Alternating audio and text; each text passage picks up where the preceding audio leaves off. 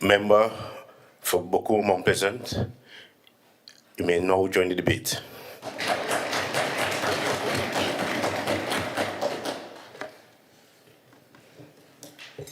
Thank you, Mr. Deputy Presiding Officer. It warms my heart to see you seated in that chair.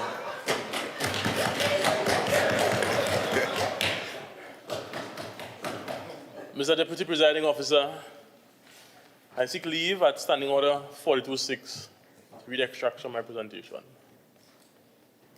Granted. Mr. Deputy Presiding Officer, I rise today with a deep sense of humility, gratitude, and responsibility to make my contribution on this debate aptly themed Results-Based Governance, a Pathway to Prosperity. Before I begin, permit me to thank the people of Boko Mount Pleasant, which includes Shervan, Golden Grove, and also, all right, let me leave that part. For their confidence that they have placed in me and giving me the opportunity to represent their voices of, might I say, the best electoral district out of the 15 electoral districts. I hear some people clearing their throat. You have a Mr. Deputy Presiding Officer, I also wish to thank our wise Chief Secretary, who, in his wisdom, would have entrusted the Division of Youth Empowerment and Sport into my care, of which I have been doing a mighty fine job at leading that division. Mr. Deputy Presiding Officer, results-based governance is more than a slogan. It is a philosophy of leadership. It requires governments to move beyond promises and focus on outcomes. It demands accountability, transparency, and measurable impact. Ultimately, governments must be judged not by speeches they deliver, but by the lives they improve. In the words of Winston Churchill, where he wisely stated, however beautiful the strategy, you should occasionally look at the results. The Division of Youth Empowerment and Sport has embraced this philosophy from day one. Upon assuming office, we made a conscious decision that we would not govern from behind the desk. We would govern from communities. We would engage stakeholders, listen to concerns, identify priorities, and move swiftly from planning to implementation.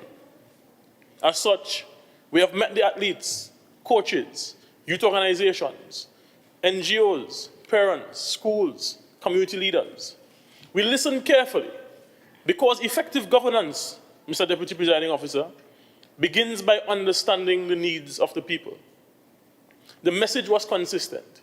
Improve our facilities, create opportunities for our youth, strengthen support for athletes and coaches, and ensure that this government delivers. That is exactly what we have begun to do. Mr. Deputy Presiding Officer, the proposed allocation of just over $80 million to the Division of Youth Empowerment and Sport is far more than a budgetary figure. It is an investment in Tobago's greatest resource, its people.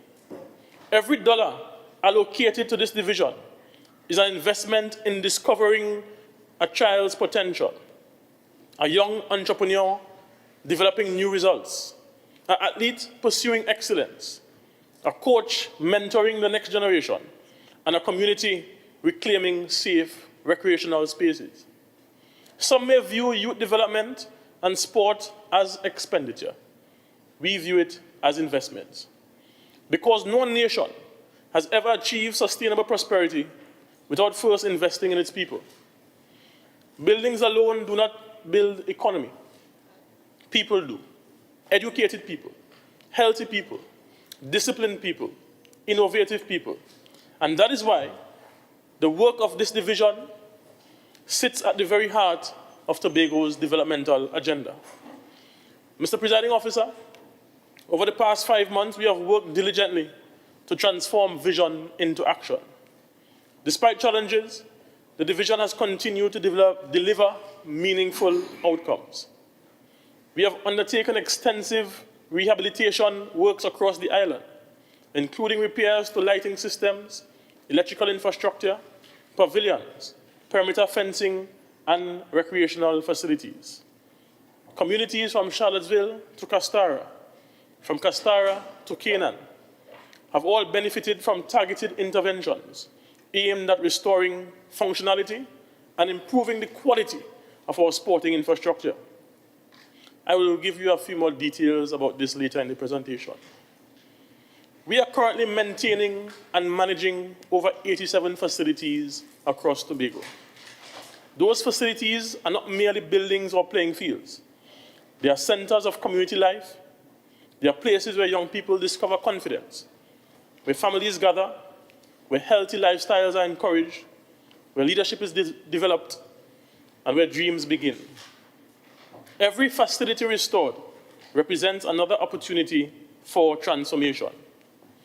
Mr. Deputy Presiding Officer, one of the greatest shifts in our thinking has been our recognition that sport is no longer simply recreation. Sport is an economic sector. Sport generates employment. It stimulates tourism.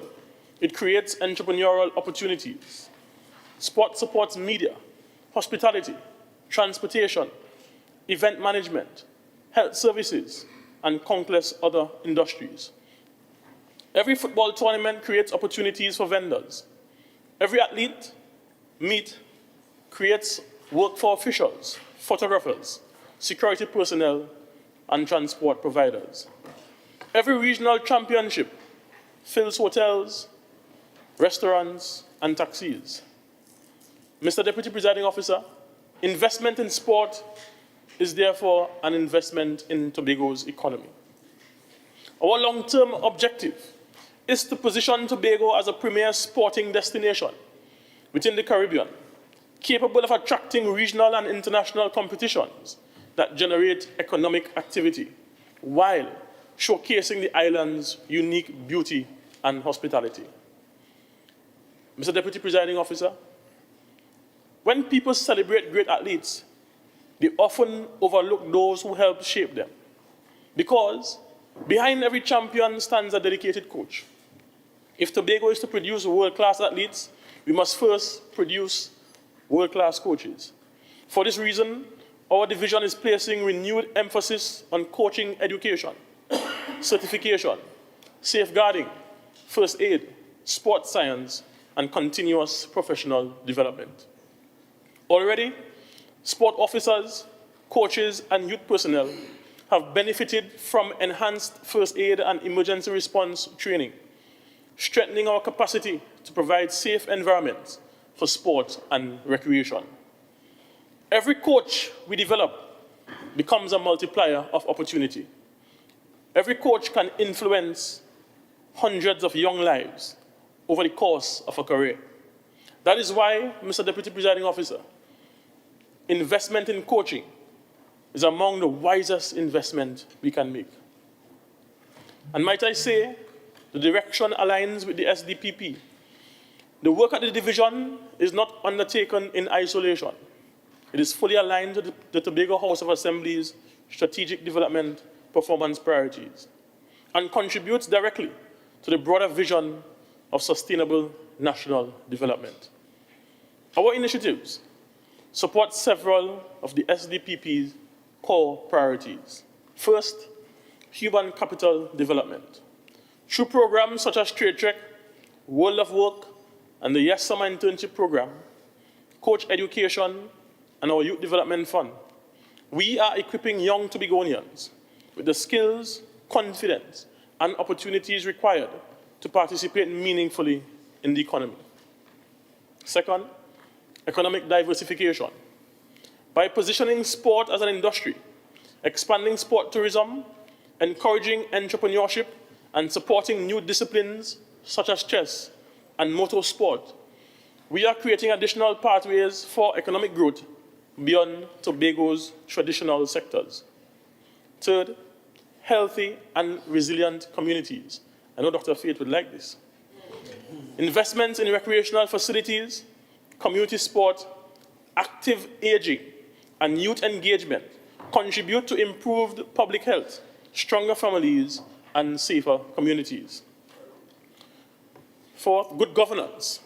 We are strengthening accountability, stakeholder engagement, evidence-based decision-making, and measurable program outcomes, ensuring that public resources deliver maximum value. This is precisely what results-based governance requires. It is governance that aligns investment with measurable impact. It is governance that transforms policy into progress. It is governance that creates prosperity through its people. Mr. Deputy Presiding Officer, if sport strengthens the body, youth development will strengthen the mind, the character, and the future of our nation. The greatest investment any government can make is not in concrete or steel, but in its people. It is for that reason youth empowerment remains one of, if not the most central pillar of the division's mandate. Today's young people are growing up in a rapidly changing world, one shaped by technology, artificial intelligence, global competition, and unprecedented access to information. Success in this environment requires far more than academic qualifications. It requires resilience, innovation, adaptability, critical thinking, and leadership. Our responsibility as a government is to prepare our young people not simply to participate in the future, but to shape it. That is why our youth development agenda extends beyond traditional programs. It seeks to develop confident citizens, skilled workers, ethical leaders, and successful entrepreneurs who will drive Tobago's future prosperity. Mr. Deputy Presiding Officer, one of the most significant initiatives that this division will soon deliver in the month of July is our Youth Development Fund, as promised along the campaign trail, because this is a government that keeps the promises that it makes to the people of Tobago. This initiative is the result of extensive consultation with students, parents, educational institutions, and stakeholders throughout Tobago. We recognize that while tuition assistance exists through other programs, many Tobagonian students pursuing tertiary education outside of the island continue to face tremendous financial pressure associated with everyday living expenses. Many students struggle to purchase groceries, struggle with transportation, struggle to purchase basic necessities. Some silently contemplate abandoning their education altogether because of financial hardships. Mr. Deputy Presiding Officer, education should never be interrupted because a young Tobagonian cannot afford to eat. Education should never be interrupted because a family cannot afford transportation. Education should never be interrupted because temporary hardship stands between a young person and their dream. And that is why this caring government would continue to stand in the gap for the people of Tobago. Mr. Deputy Presiding Officer, the Youth Development Fund will provide timely, accessible support to eligible Tobago students pursuing higher education away from home, complementing existing educational assistance and helping to strengthen Tobago's future human capital. This initiative directly advances the SDPP objective of developing a highly skilled, educated, and competitive population capable of driving Tobago's long-term economic transformation.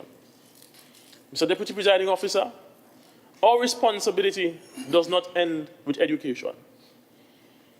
We must also prepare young people for meaningful employment.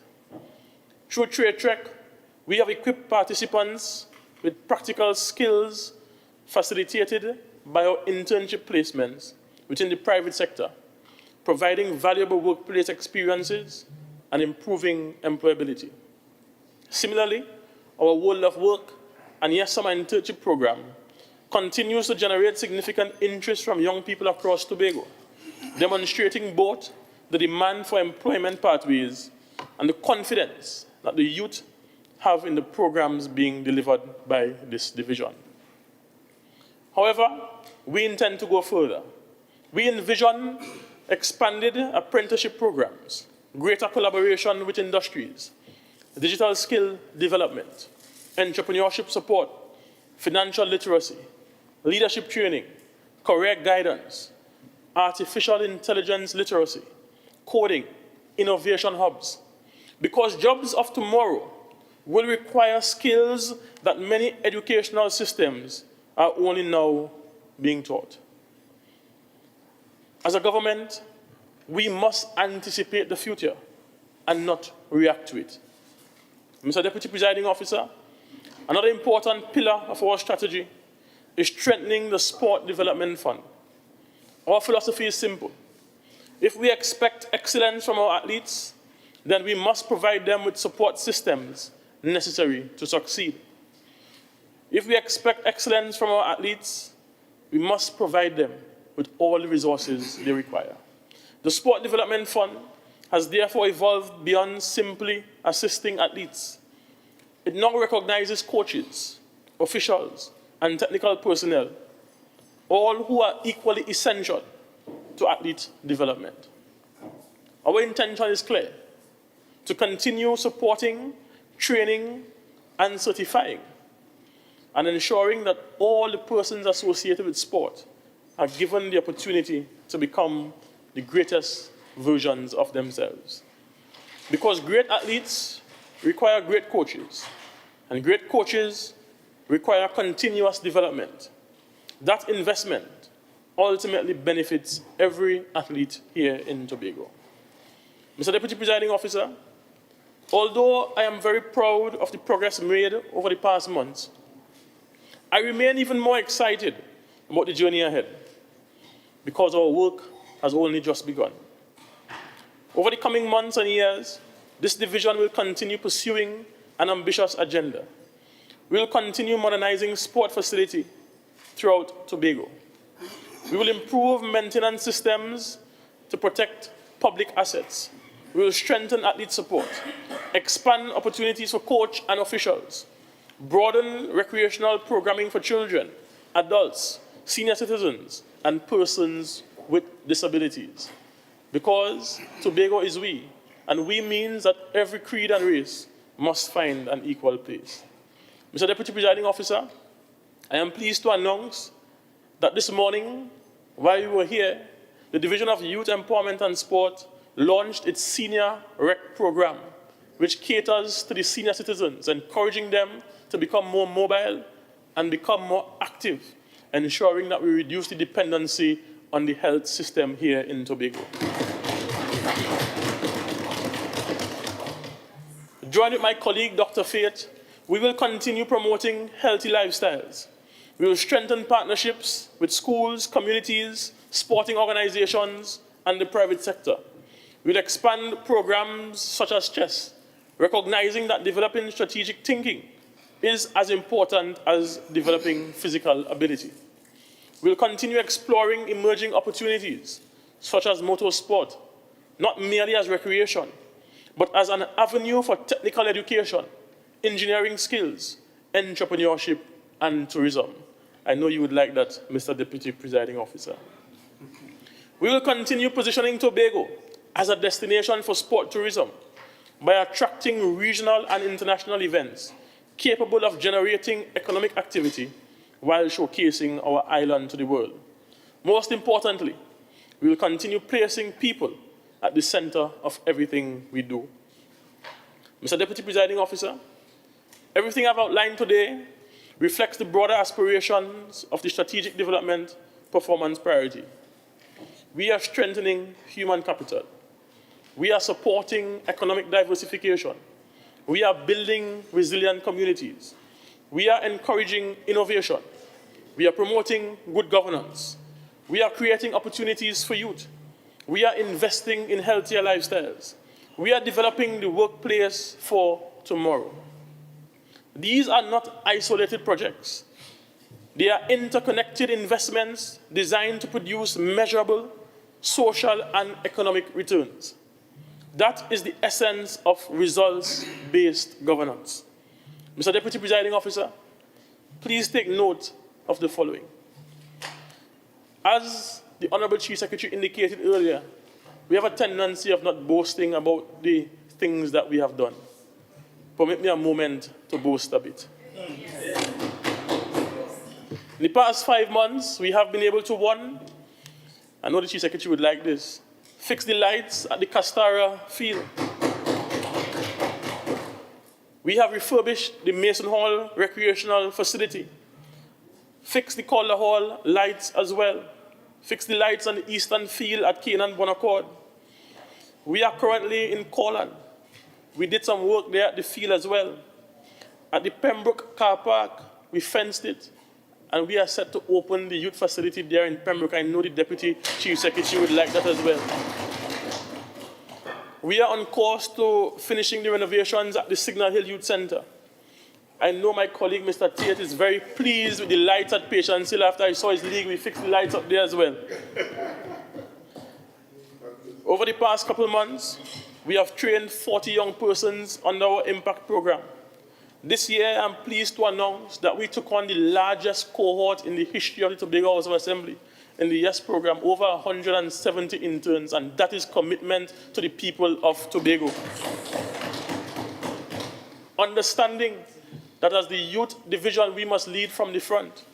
We have ensured that our staff is trained in AI, Grammarly, ChatGPT, and all the AI-associated technology to ensure that they have the best opportunity at advancing our division. Understanding the importance of reporting, the division has taken the bull by the horns. Every fortnight, every head of department reports on the progress that we have at the division. And that is the way we have been able to advance this division with such measure of success. I am pleased to report that in the past 5 months, we have finished the daily rated permanent list. We have also completed 50% sanitization of the Kalamazoo records. In the past 5 months, Mr. Deputy Presiding Officer, we have also embarked on a number of projects. I showed you the design this morning for the Canaan Bonaccord facility. There are a number of other projects that we'll be posting shortly. But that just goes to show what happens when you put square pegs in square holes. Mr. Deputy Presiding Officer, one of my proudest moments was when I joined my colleague, Assembly Member Megan Morrison, as we walked and toured the Goodwood Sporting Facility, which is set to be reopened in time for her birthday in September. Mr. Deputy Presiding Officer, works about 95% complete at Shaw Park, and that will be open soon, another delivery to the people of Tobago. I want you to pay particular attention to what our leader said this morning, the Honorable Chief Secretary. He said that he has been able now to have so many projects running concurrently. And that goes to show that the people of Tobago saw that there were encumbrances blocking the pathway of progress, and they would have cleared the way to ensure that we can deliver to them today. Mr. Deputy Presiding Officer, for the first time in the history of the Tobago House of Assembly, when the budget was read, there was a line item put for the Culloden Sporting Facility. We may not have made the promise, but the promise would materialize now. That is delivery to the people of Tobago. Mr. Deputy Presiding Officer, in short order, you would see works commencing at the Blackrock Hard Court, the Tailpiece Hard Court, the Goodwood Hard Court, and the Lambo Hard Court. Another commitment to the people of Tobago. Mr. Deputy Presiding Officer, understanding the time, I will take a pause at this moment, because if I continue, I'll be here all day. Because the Chief Secretary has reminded me that the reward for good work is more work, so I have to take a pause at this time. As I bring my contribution to a close, permit me to leave this honorable house with one simple but profound truth. The true measure of any government is not found in the promises it makes, but the lives it changes. Today, we have not spoken merely of plans on paper. We have spoken of fields that have been restored, facilities that have been upgraded, coaches who are being empowered, athletes who are being supported, young people whose futures are being transformed, and communities that are once again believing that a government can work for them. These are not abstract achievements. They are tangible investments in the people of Tobago. Mr. Deputy Presiding Officer, history reminds us that great nations are never built by accident. They are built deliberately through vision, courage, discipline, and sacrifice. The Division of Youth Empowerment and Sport has embraced that responsibility. We understand that every refurbished pavilion, every restored playing field, every upgraded recreational facility, every trained coach, every supported athlete, and every empowered young person represents another brick in the foundation of a stronger Tobago. And while we are proud of what has been accomplished in the first few months, we are even more excited about what lies ahead. I want you to pay particular attention to this, Mr. Deputy Presiding Officer. There's an African proverb that says, the best time to plant a tree was 20 years ago. The second best time to do that is now. Today we are planting seeds, seeds of hope, seeds of opportunity, seeds of discipline, seeds of excellence, seeds that future generations will one day sit beneath and say, this was the generation that chose to invest in us. I often say that we are working to make Tobago the greatest little island on the planet. That is not merely a slogan. It is a commitment to excellence over excuses, a commitment to service over self, a commitment to ensuring that every child who dreams of becoming an Olympian, a coach, an entrepreneur, a community leader, an artist, or simply a productive citizen of this nation knows that their government believes in them. Mr. Deputy Presiding Officer, allow me to express my sincere gratitude to our visionary Chief Secretary for his leadership and confidence in this division. To my colleagues in the Executive Council, thank you for your collaboration and shared commitment to delivering for the people of Tobago. To the Chief Administrator, heads of department, and every member of the Division of Youth Empowerment and Sport, thank you. Many will never know the long days, late nights, the site visits, the difficult decisions, the procurement hurdles, the countless meetings, and the unwavering dedication that have gone into delivering these results. But I know, and today this House also knows, I want to remind you that your work matters, and the people of Tobago are benefiting because of your commitment. I pledge to continue serving you with humility, integrity, diligence, and purpose. Because public office is not about privilege. It is about responsibility. It is not about power. It is about service. It is not about today's applause. It's about tomorrow's legacy. Mr. Deputy Presiding Officer, may history record that when this generation was called upon to build, we built.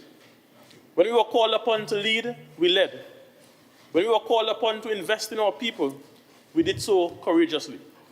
And Member, you have 2 minutes remaining. Thank you.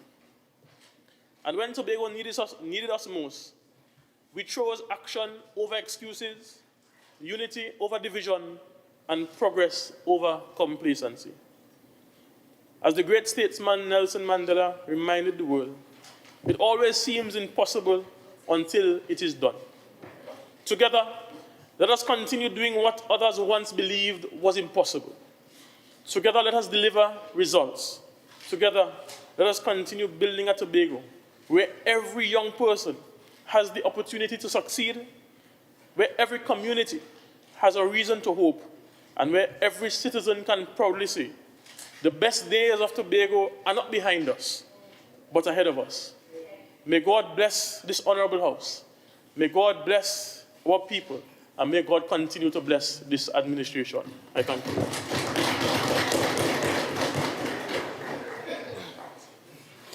Thank you, Member. Councillor Franklin, you may now join the debate.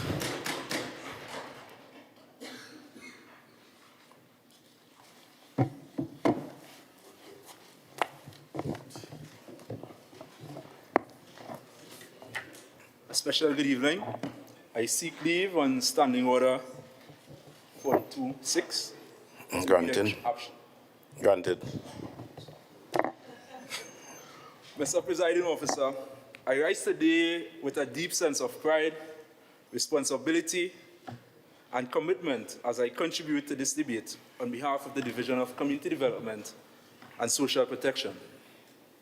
At this time, I wish to acknowledge the dearly beloved Secretary, Assembly Member Ian Pollard, whose dedication, commitment, and hard work over the past 4 months have been instrumental in ensuring progress and the success of this division. Even while he recovers, the division stands with Mr. Pollard and wishes him a speedy recovery. I also pause to recognize the unconventional, visionary leadership of our dearly beloved Chief Secretary, the Honorable Fali Chavez Augustine. And I was hoping that I would have speak before he came back. But allow me also to acknowledge, at the risk of my appointment being revoked, the best finance secretary Tobago has ever seen. Ms. Petala and Roberts, a woman who stood unwavering in courage, competence, and mission to create more than just any other financial document, but instead a declaration that progress is on the horizon and belongs to every single Tobago man, woman, boy, and girl.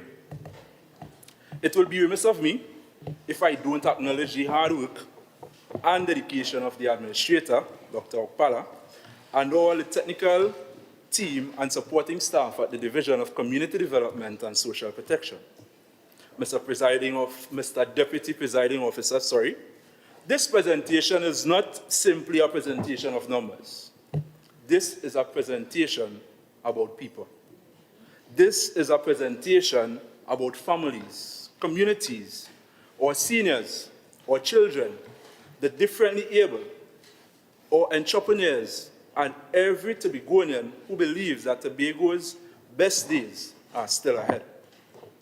Mr. Deputy Presiding Officer, this budget speaks to a government that understands development must happen and must have a human face. Because while we build roads, and kudos to the road builders, we improve infrastructure, big up to the builders, and advance our economy, we must also strengthen the people who make Tobago what it is. And this is the mandate of the division I serve: to care, to empower, to protect, and to transform lives. Mr. Presiding Officer, that is the work that we have been entrusted to do. Following the realignment of the divisions within the Tobago House of Assembly, the Division of Community Development and Social Protection have been positioned to a critical pillar in advancing the Assembly's vision of making Tobago the greatest little island on the planet. Our responsibility now encompasses social services, family services, community development, disability affairs, senior citizen homes, social protection policies, community centers, community education, and the long-awaited Electoral District Fund, among other areas. This is a responsibility to ensure that when a family faces hardship, there's a hand extended. When a community needs support, there's a government present. When a young person seeks opportunity, there's a pathway created. When our elderly citizens require care and dignity, there are systems prepared to support them. Mr. Deputy Presiding Officer, this is what people-centered governance looks like. When we examine the performance against popular opinion of this division over the past fiscal year, the record is clear. We have been working. We have been delivering. And we just might be doing it too quietly. And as such, there's the assumption that not much is happening. Through our vocational and skills development program, we celebrated the graduation of 1,070 persons through the Vocational Skills Training Project and the Indigenous Handicraft Training Project. Those are 1,070 stories, 1,070 individuals who gain skills, 1,070 individuals who are now confident about a trade, 1,070 individuals who now have greater opportunities to contribute to the Tobago's economy. Not only are we training, but we have realized that while training is good and imparting knowledge is also ideal, doing so without the requisite accreditation is almost nothing. Because why train when I cannot have something of any substance to demonstrate that I was trained and certified? As such, we have moved to signing an MOU with the National Energy Skills Center to certify participants in 6 of the disciplines that we offer in the training skills. That is empowerment, and that is what we call investment in people. Mr. Presiding Officer, we understand that families sometimes need support, especially during the challenging economic times that we now face. And that is why this division delivered meaningful assistance through our social support initiatives. And I pause because I think I should recognize the hard work, the dedication, and the commitment of Dr. Faith B. Israel, Dr. Brebner, in the investment she would have made in this goodly unit called social protection. But through the Division of Community Development, in the last fiscal year, we would have done 420 book vouchers, 420 food vouchers through our back-to-school drive, 960 Christmas food vouchers, 510 Mother's Day vouchers, and 410 Father's Day vouchers. And I would go back and ask why there are more mothers than there are fathers. Mr. Presiding Officer, some may look at these initiatives as only vouchers, but we see a parent able to prepare their child for school. We see a family receiving support during a difficult season. We see dignity being protected, because behind every policy decision is a person, and behind every program is a family. Mr. Presiding Officer, strong communities create a strong Tobago. That is why we continue to invest in the spaces where communities gather, where our children grow, where culture is celebrated, and where citizens are connected. Over the past fiscal year, the division advanced significant improvement works across the community facilities, including recreational grounds, multipurpose facilities, and community centers. We would have reopened the Glamorgan multipurpose facility. We upgraded the multipurpose center at Speyside. And I am pleased to announce that within the next few, possibly days, let's say a week, that the people of Speyside would gain access to their newly refurbished community center.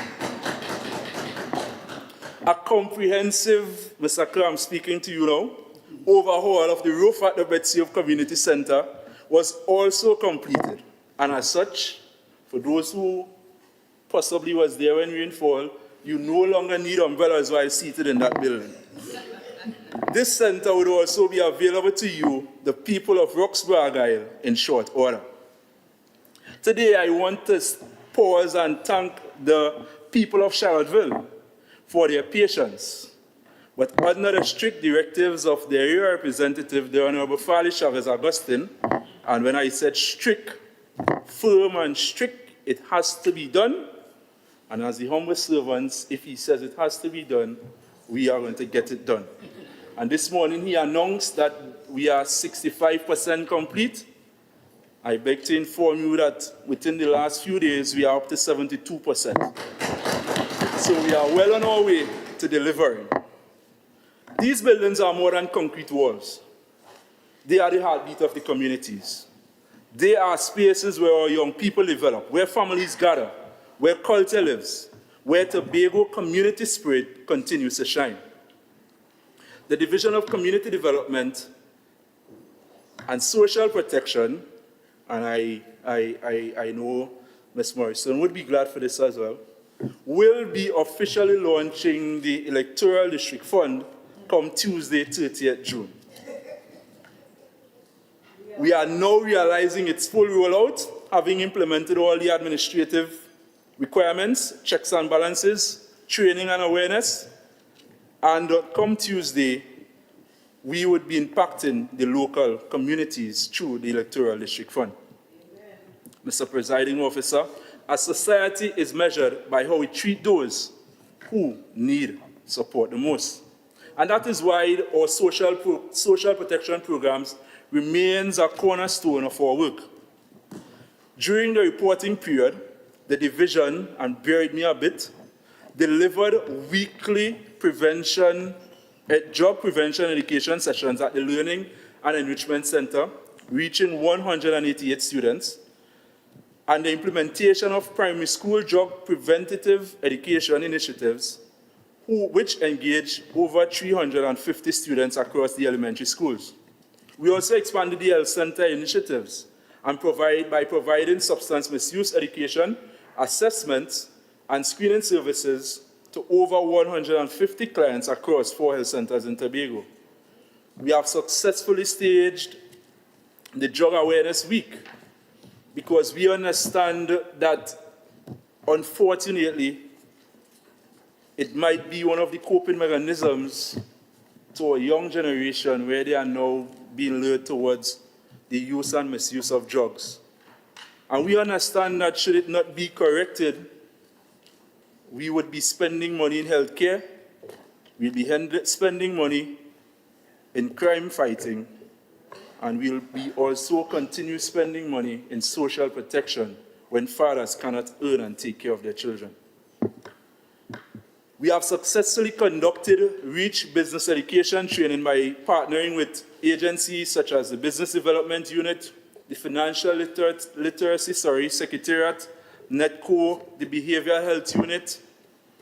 We have provided food card support to over 268 people between January and May of this year, rental assistance to over 49 households.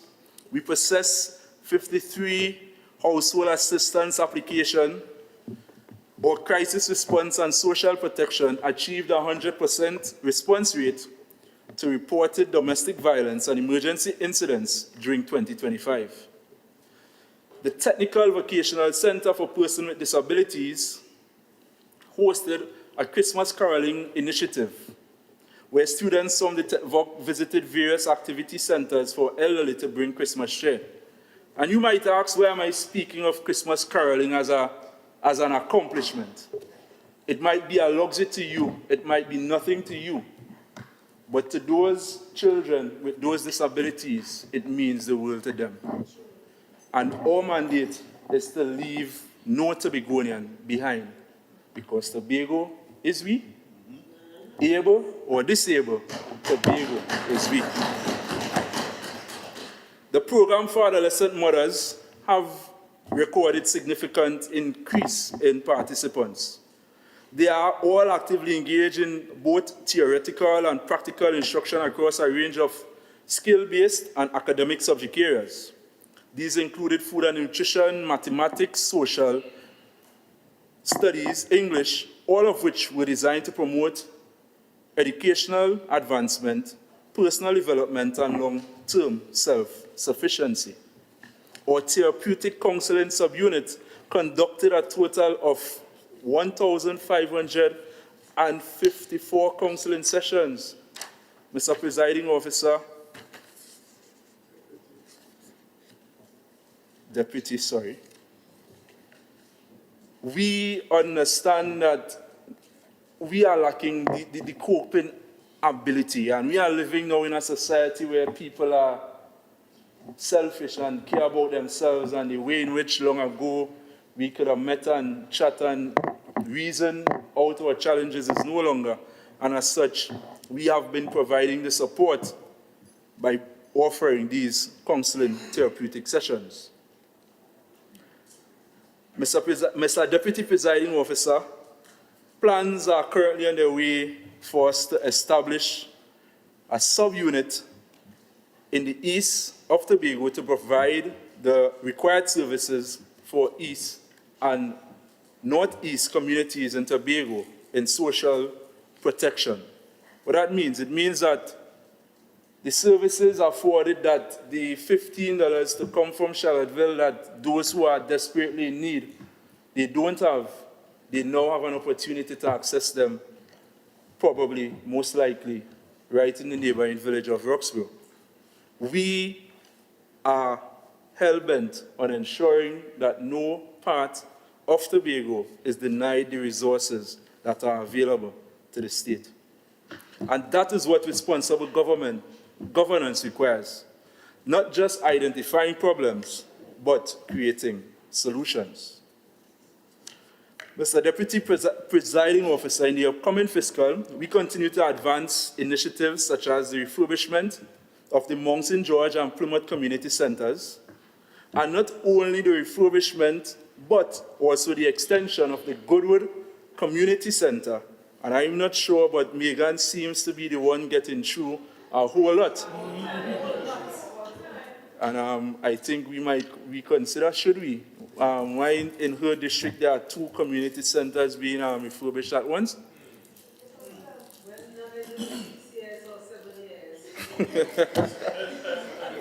But we have also, in this fiscal, we are going to design the Roxborough Town Hall and the Moriah multipurpose facilities. Design and the construction of the Metro Stars Pan Theatre and the Mason Hall Dem Boys Pan Theatre. An indication of the division's commitment to preserving our heritage and promoting our arts as we support these cultural organizations. In this fiscal, we are also planning to continue the male enhancement projects geared towards assisting and empowering the male in the communities.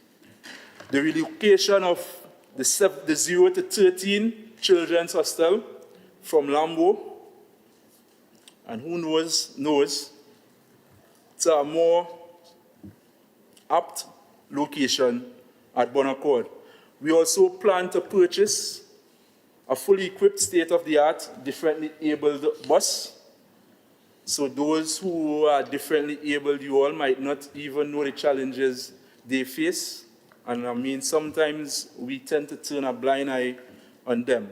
But we are going to ensure that they are equipped with a state-of-the-art, differently abled bus. We are going to design an on-island drug rehabilitation center.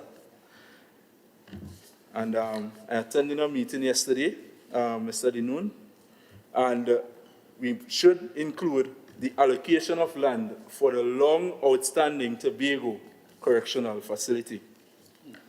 Other projects for the upcoming fiscal may include the Centurion Awareness Project, the Vocational Skills Training, the Indigenous Handicraft Training, Community Profiling and Data Mapping, the Beacon Project, Empowering Community Champions, the REACH Microenterprise Grant Funding, Expanded Emergency Support Services, the Digital Transformation of Social Services, where your physical location would not determine your access or reach.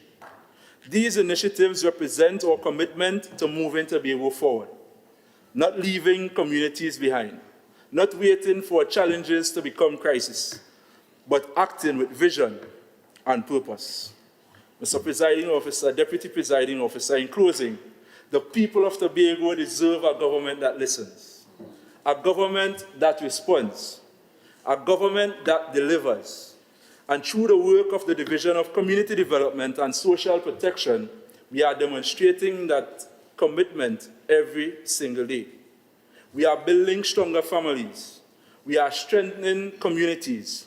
We are protecting our vulnerable citizens, and we are creating opportunities for people to rise.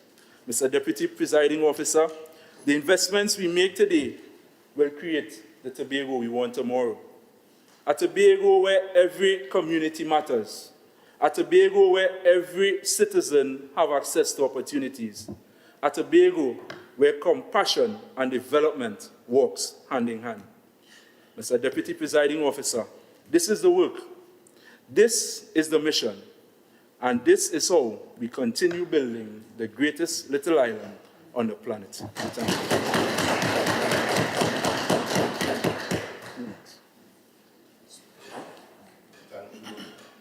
Thank you. Thank you, Councillor Franklin. Member for Dial Spring Whim, you may now join the debate.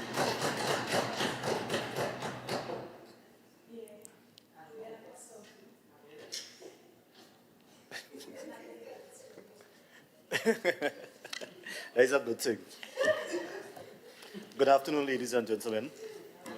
Good afternoon, Tobago. Good afternoon, colleagues. And as Ms. Hackett just said, I thank you, the people of Darrell Spring Whim, most sincerely for making today's proceedings a fruitful one.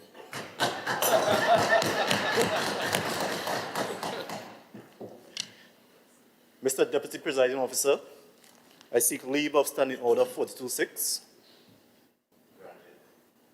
Thank you very much. I rise with deep gratitude and a profound sense of purpose today, Mr. Deputy Presiding Officer, to the draft estimates for fiscal 2027 on behalf of the Division of Housing, Settlements and Public Utilities. I want to thank the Honorable Chief Secretary, Mr. Fali Chavez Agustin, for his vision over Tobago. I also want to thank the Secretary of Finance, Trade and the Economy for a well thought out, well executed, a well balanced, and by, may I say, lack of a better word, a very intelligent budget. We can clearly see that our Secretary of Finance did not go to a P&M school.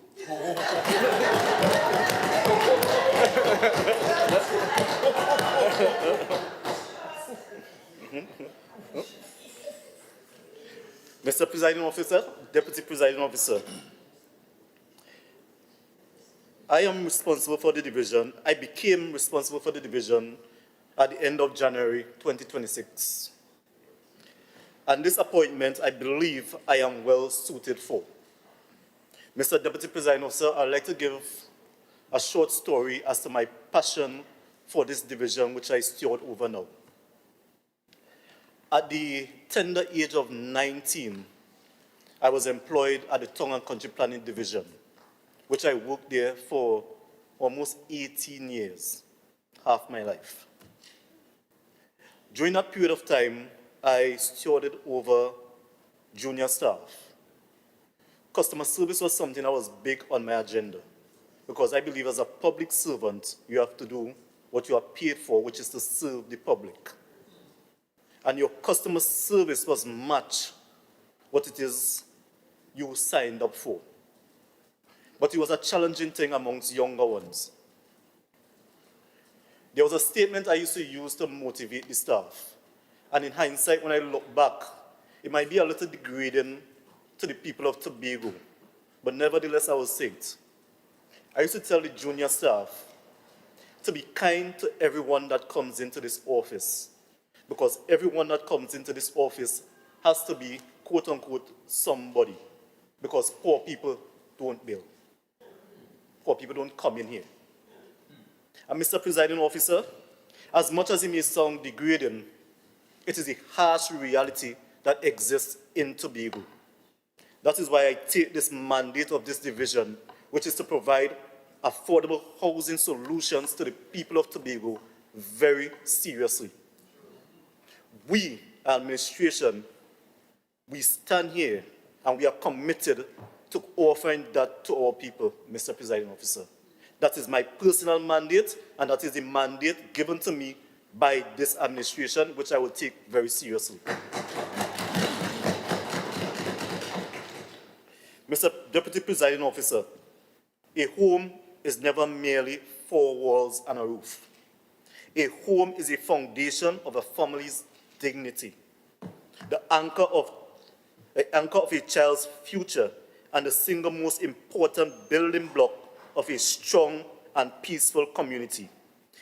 This division exists to put that foundation within every Tobagonian who needs it the most. Mr. Deputy Presiding Officer, today I will set out where we are and most importantly, where we intend to go.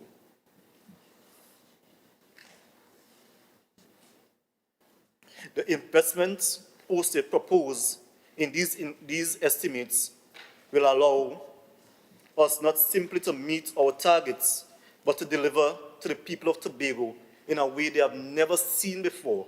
They will see it, and they will feel it, and they will live in it, Mr. Deputy Presiding Officer. As I said before, the mandate of this division is to improve the standard of living of the people of Tobago through the provision of affordable housing solutions and the development of service lots, the delivery of modern, reliable public utility infrastructure. That mandate is not pursued in isolation. It is anchored squarely within the Pathways to Prosperity, the Tobago People's Party mandate for the period 2025 to 2030. And it directly advances two of the Assembly's agenda priority: affordable housing solutions and public infrastructure. The policy mandate is not unambiguous in its ambition to invest the equivalent of at least 15% of the GDP each year in affordable housing and land solutions, to extend a suite of housing solutions to at least 30% of eligible households, and to deliver affordable land to at least half of our eligible applicants by 2030. Mr. Deputy Presiding Officer, our programs are also aligned to the United Nations Sustainable Development Goals. No poverty under Goal 1, decent work and economic growth under Goal 9, sustainable cities and communities under Goal 11, and peace, justice, and strong institutions under Goal 16. So when we house a family, we are doing a quiet, durable work for all these goals at once. Mr. Presiding Officer, the housing challenge in Tobago is real and structural. The median household income of an applicant remains well below the levels required for most of them to service a mortgage on the open market. The median home is priced at $1.1 million. And land on the open market averages from $50 a square foot upwards, Mr. Deputy Presiding Officer. We at the Division of Housing, Settlements and Public Utilities, our lands are maximum $15 per square foot. That is what we offer to the people of Tobago, Mr. Deputy Presiding Officer.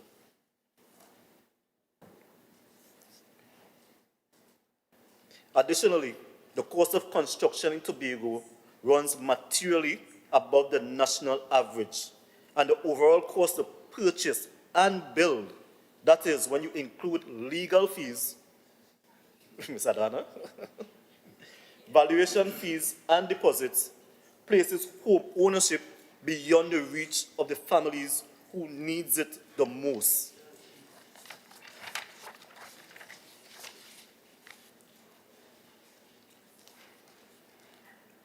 The result is a demand on our records that make plain.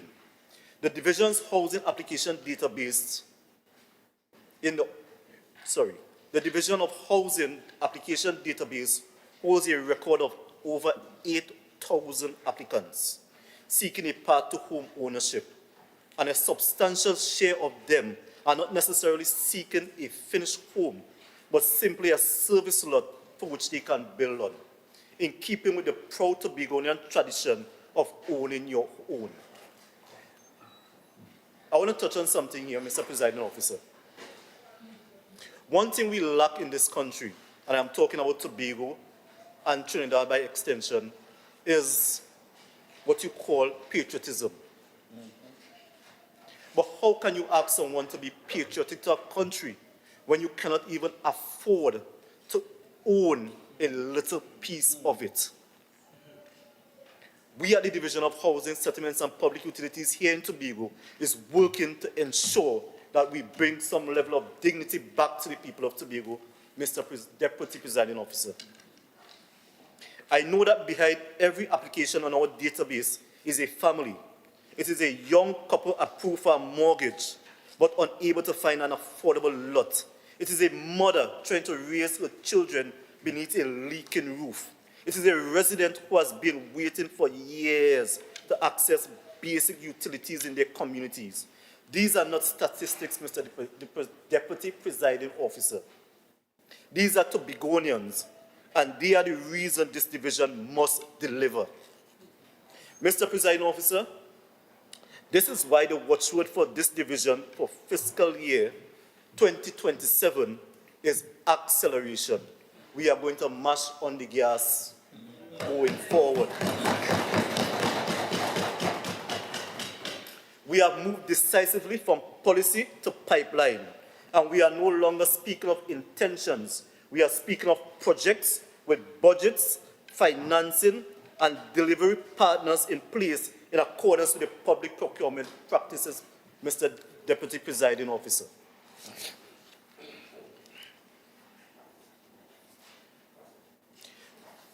Before I turn what lies ahead, permit me to report on the foundation we have laid. The division has spent the first half of this year putting in place the institutional structure that will sustainably deliver on our demands.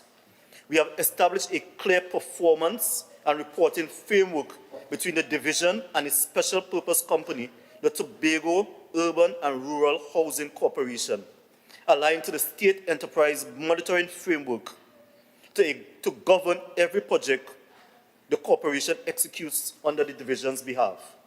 For too long, projects will be announced without the public knowing exactly where they stood. I am changing that, Mr. Deputy Presiding Officer. Every major housing project will now be tracked, reported, and measured against clear milestones and in accordance with the performance review framework.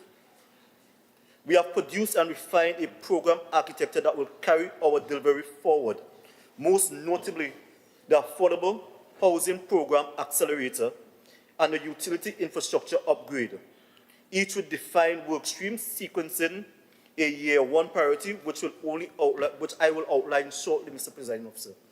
Mr. Deputy Presiding Officer, I am sorry.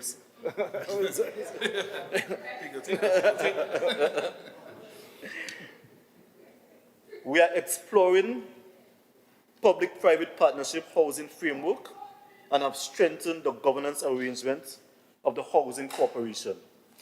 This morning, you all heard the Chief Sec mention partnerships that we will have to get into, investments or inviting investments into our island in order for our island to grow. Because if we, as an administration, have to build house for everybody, nothing else will be done on the island. So we are in the process of exploring and researching public-private partnership arrangements so we can accelerate the housing trusts here in Tobago, Mr. Deputy Presiding Officer. On the ground, Mr. Deputy, the division is committed to deliver social relief and infrastructure that meets the people where they live. Whether through the Home Improvement Program grant, service land distribution across all our developments, the Home Ownership Made Equal initiative for the most vulnerable households, and through our street lighting and rural electrification program, which will extend safety to the basic dignity into communities that await for so long for these facilities, Mr. Deputy Presiding Officer. The Secretary of Finance has signaled the scale of this Assembly's commitment to housing and public utilities in a statement.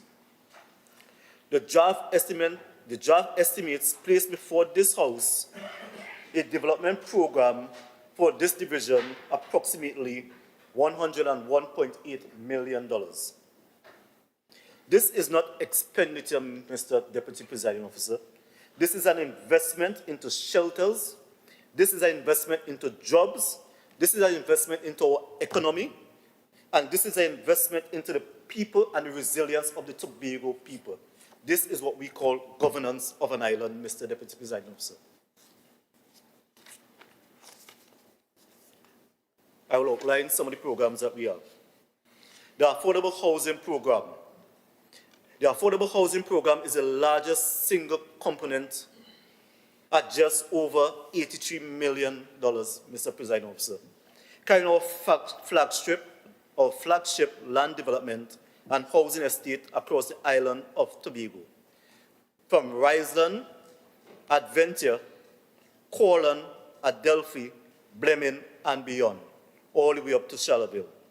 The Social Assistance Housing Program request comes in at approximately $10 million to deliver home ownership make equal solutions for the households that need it the most, as well as home improvement program, which is our most heavily subscribed social relief instrument.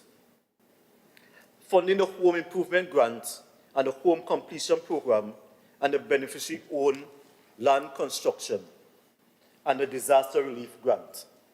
Mr. Presiding Officer, I know sometimes when people hear the word grant, they're thinking it's a giveaway. But my sentiments towards that is totally different. I am sure all of you here who are area reps, when you walk your communities, you get to see firsthand the conditions our people live in.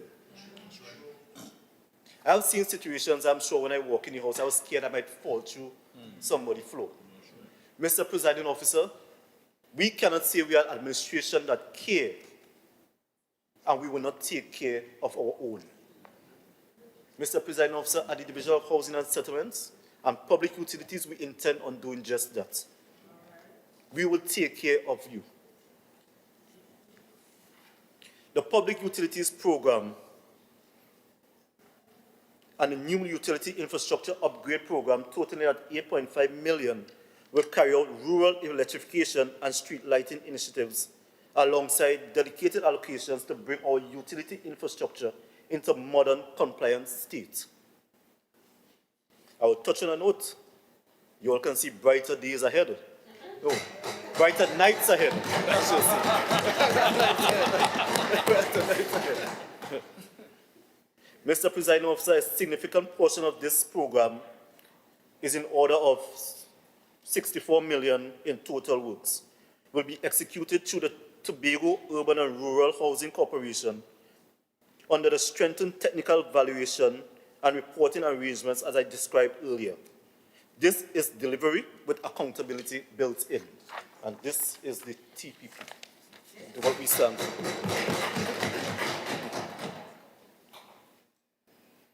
Mr.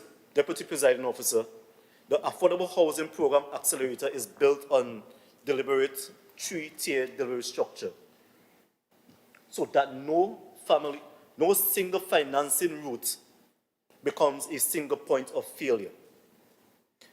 Mr. Deputy Presiding Officer, at Corland, we are advancing two complementary streams on our land development trust. We continue to bring service lots to families who wish to build their own homes. Mr. Deputy Presiding Officer, Corland Phase 2 development is scheduled to deliver 22 service lots by mid-fiscal year 2027. And we are seeking to advance Corland Phase 3, which comprises of 147 service lots on some 27 acres of estate. Once approved, or I shouldn't say once, when approved under the Inter-American Development Bank Corporation upgrade and revitalization program, that will be done within the next fiscal year. So, Mr. Presiding Officer, in total, there is approximately 200 service lots we will be delivering to the people of Tobago within the next fiscal year. This project is moving with discipline. The land use pathway is being secured through the Town and Country Planning Division and in accordance with the Environmental Management Authority and the Water and Sewage Authority. and our technical preparation is grounded on sound engineering judgment for this estate and its terrain. We intend to take full advantage of this concessional financing window. I wonder if I should say, which is afforded to us by, as the chief always mentioned, our friends in Trinidad.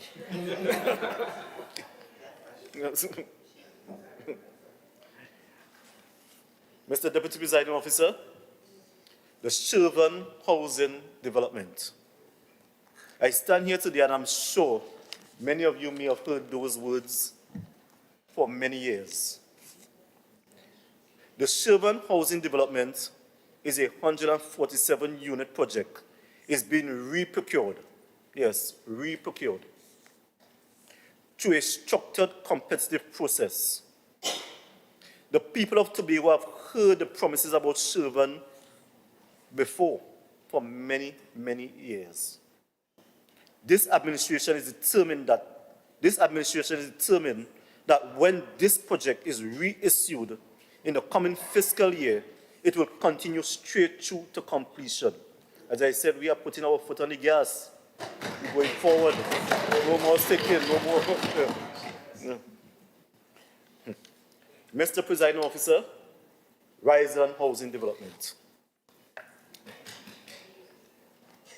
I wonder if I should, the Chief Secretary this morning outlined Riseland. I don't think I could say it even better. The Riseland Housing Development is moving full speed ahead, Mr. Presiding Officer. And by Christmas of this year, we intend to deliver at least 50 units or even 75 units to the people of Tobago. So, I think I might put on my blue Santa outfit. I'll go and handle keys for Christmas.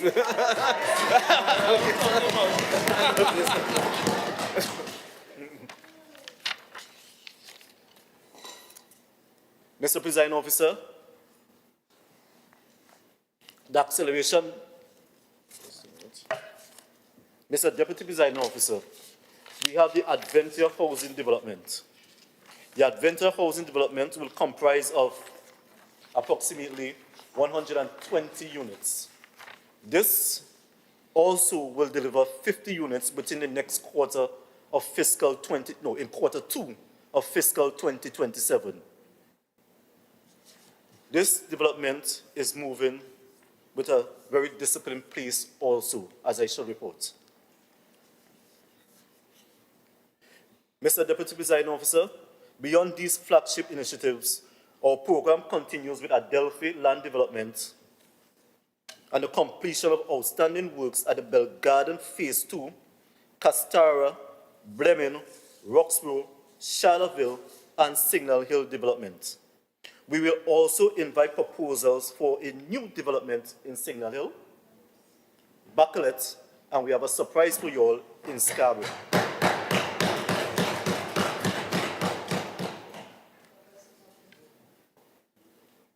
These developments will broaden the range of solutions available to Tobagonians.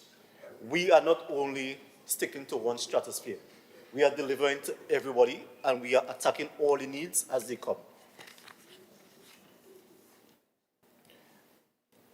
But Mr. Deputy Presiding Officer, as much as we talk about acceleration, acceleration must never leave the most vulnerable behind. The social assistance housing program through the Home Ownership Made Equal Solutions is designed precisely for households that cannot meet the requirements of the open market, including persons with disabilities, the elderly, single-parent families, and households displaced by fire, flood, and other emergencies and disasters, Mr. Deputy Presiding Officer. These are administered by the division and executed by the Housing Corporation, with all the selections remaining firmly in the hands of the division. Mr. Deputy Presiding Officer, as the Chief Secretary outlined this morning, he showed you all 4 of the social homes. We intend on building 10 more within this fiscal and 10 in fiscal 2027. So by the end of 27, we will deliver approximately 20 social homes. to the people that need it the most.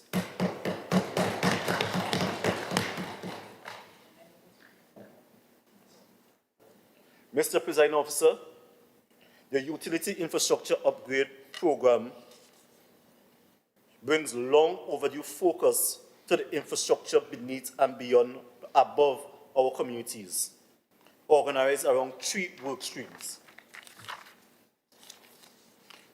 Our year 1 priority is the wastewater compliance, protecting public health, reducing environmental risk, and finally bringing these systems into compliance at a sustainable state which we, Tobagonians, and this Assembly can feel proud.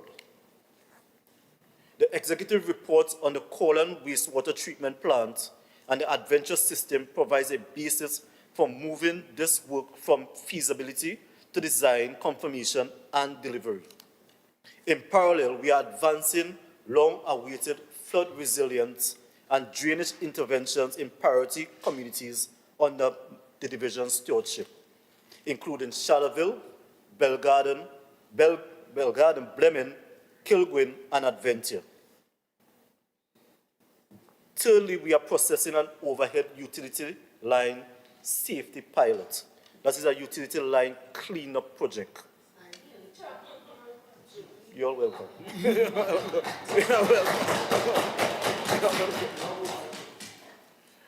This project will be piloted in Scarborough and beyond.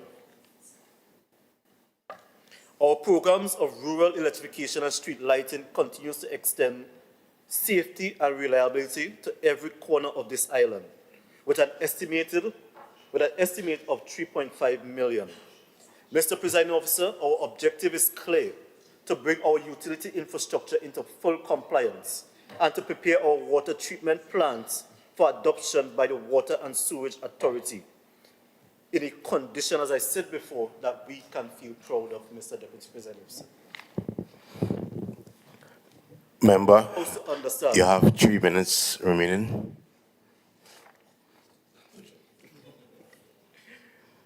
Mr. Deputy President, I want this House to understand what this program means beyond housing. A development program at this scale is one of the most powerful economic engines available to the Assembly, Mr. Deputy President, sir. Every service lot, every house that is built, every kilometer of infrastructure puts Tobagonians to work. Mr. Presiding Officer, the housing trust that we are about to embark on will create jobs for the people of Tobago. Currently, at our active sites in Riseland, we have approximately 110 local laborers, contractors, employers working there right now, Mr. Presiding Officer. 10 contractors, 10 local contractors. So when you hear on the TV, they're saying how is Trinidad contractors doing the work and all the money going back to Trinidad. Mr. Deputy Presiding Officer, I stand here today to say that is not true. At the Adventure Housing Development, that development is predicted to hire approximately 100 employees from right here in Tobago, Mr. Deputy President. So in total, there's 210 local employees will be employed at these projects, Mr. Deputy Presiding Officer. So I stand here confident that I can defend these projects and I can defend this administration's decision in the way in which we are executing these programs, Mr. Deputy. See you watching your time. You ready for this up?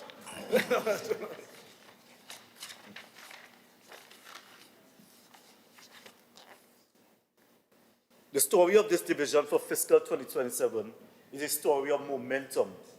We have the policies, we have the program architecture, as well as financing routes for development funding, concessional partners, and well-structured private partnerships. We have the delivery vehicle in a strengthened accountable housing corporation.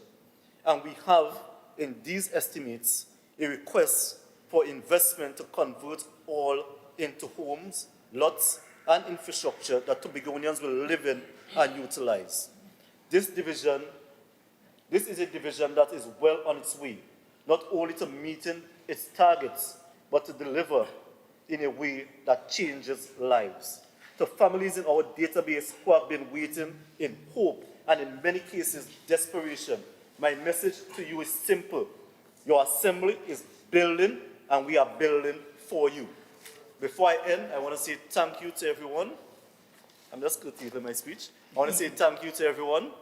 I want to say thank you to my division, all the workers of the division. I want to say special thanks to my administrator, Ms. Bailey Job, for her steadfast administration over this division. Mr. Deputy Presiding Officer, I thank you, and I commit this estimate to the House. Thank you, member. Member for Bethel New Grange, you may now join the debate.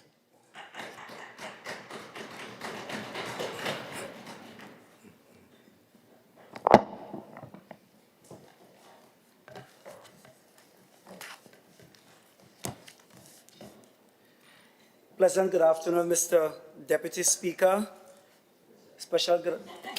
Deputy Presiding Officer, Chief Secretary, my colleagues, members in the public gallery, members online.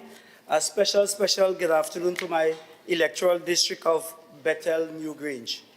Mr. Deputy Presiding Officer, it is indeed a privilege to rise in this honorable house to contribute to the debate on the Tobago House of Assembly's budget for fiscal year 2027 on behalf of the Division of Environment, Climate Resilience and Energy. I wish to commend the Chief Secretary and the Secretary of Finance, Trade and Economy and my colleagues for the vision reflected in this budget and for their continued commitment to building a stronger, more resilient and more sustainable Tobago. Mr. Deputy Presiding Officer, the Division of Environment, Climate Resilience and Energy occupies a unique position within the Tobago House of Assembly. Unlike many other divisions whose mandate focus primarily on individual sectors, our mandate cuts across every aspect of Tobago's development. Member. So, sorry, Mr. Deputy Presiding Officer, please allow me to stand on 42.6. Permitted. You may continue. So, Mr. Deputy Presiding Officer, the Division of Environment, Climate Resilience and Energy occupies a unique position within the Tobago House of Assembly. Unlike many other divisions whose mandates focus primarily on individual sectors, our mandate cuts across every aspect of Tobago's development. The quality of our environment influences public health, tourism, agriculture, fisheries, energy security, water resources, disaster resilience, infrastructure development, and ultimately the quality of life enjoyed by every resident of this island. The division therefore approaches its work through an integrated framework that recognizes the interconnected nature of Tobago's environment, social and economic systems. Through the Departments of Environment, Climate Change and Energy, Marine Resources, and Natural Resources and Forestry, we are working to ensure that Tobago's development pathways remain environmentally sustainable, climate resilience, and economically inclusive. Mr. Deputy Presiding Officer, climate change continues to pose significant challenges for small island developing states, including Tobago. Coastal erosion, changing rainfall patterns, ecosystem degradation, and increasing climate risks demand decisive action. Accordingly, the division remains committed to strengthening Tobago's climate resilience while pursuing sustainable economic growth and environmental stewardship. Mr. Deputy Presiding Officer, climate resilience and the transition to alternative energy will therefore remain among the highest priorities of the division during fiscal year 2027. During fiscal year 2026, the division advanced important work by completing comprehensive energy audits for two major public facilities, the Shore Park Complex and the Hotel Charles Administrative Complex. These audits identify practical opportunities to improve energy efficiency, reduce operating costs, and lower greenhouse gas emission across public facilities. In fiscal year 2027, the division will continue implementing planning and phased retrofitting activities for these facilities, while expanding energy audits to additional public buildings across Tobago. Mr. Deputy Presiding Officer, the Tobago House of Assembly must continue leading by example in adopting energy-efficient and renewable energy solutions across its operations. Importantly, these initiatives are also creating employment and training opportunities for Tobagonians. To date, approximately 65 persons have already benefited from solar installation and maintenance training programs. Mr. Deputy Presiding Officer, the division intends to advance renewable energy pilot initiatives involving wind energy technologies in collaboration with foreign universities and technical institutions through partnership established under the UNESCO Man and the Biosphere program. The initiative will provide valuable technical information while creating opportunities for local technicians, researchers, and students to participate in the renewable energy sector. Mr. Deputy Presiding Officer, another critical component of the energy transition is transportation. The transportation sector remains a significant contributor to greenhouse gas emission and fossil fuel consumption nationally, but admittedly, this is less significant in Tobago's context because of its socio-economic structure. However, if Tobago is to demonstrate global solidarity in addressing the climate challenge and achieving meaningful reductions in emissions while improving energy efficiency, then the transition to cleaner transportation system must form part of our strategy.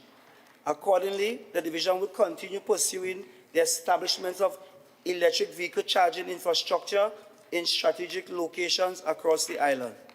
The absence of charging infrastructure remains one of the principal barriers to electric vehicle adoption. By addressing this challenge, we can create an enabling environment to support the transition towards cleaner transportation options. The Tobago House of Assembly will also continue to gradual transition to its own vehicle fleet from conventional petrol and diesel-powered vehicles towards electric and hybrid alternatives.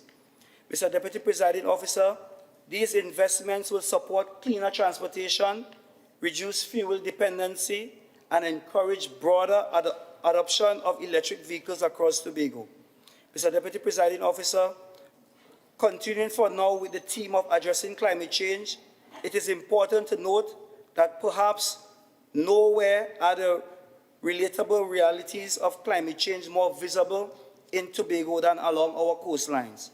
From Charlottesville to Crown Point, Tobago coastal communities have been the foundation of our tourism industry, our fisheries sector, our transportation network, and many of our most important cultural traditions. Yet today, these small villages and towns are increasingly vulnerable to coastal erosion, sea level rise, stronger storm surges, and the cumulative impacts of human activity. The challenge before us, therefore, is not simply environmental, it is social, economical, and cultural. Every meter of coastline lost to erosion threatens public infrastructure, private investment, recreational opportunities, tourism assets, and in some instances, the very identity of communities that have existed for generations. Accordingly, coastal resilience and climate adaptation will remain among the division's highest priorities during fiscal year 2027.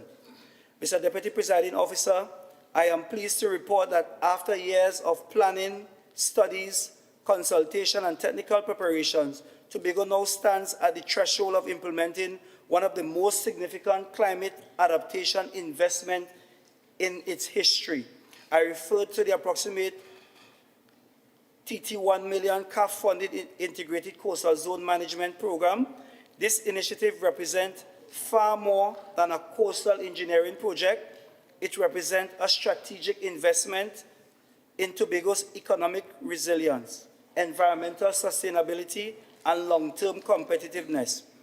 During fiscal year 2026, the division focused extensively on preparatory activities necessary to facilitate implementation.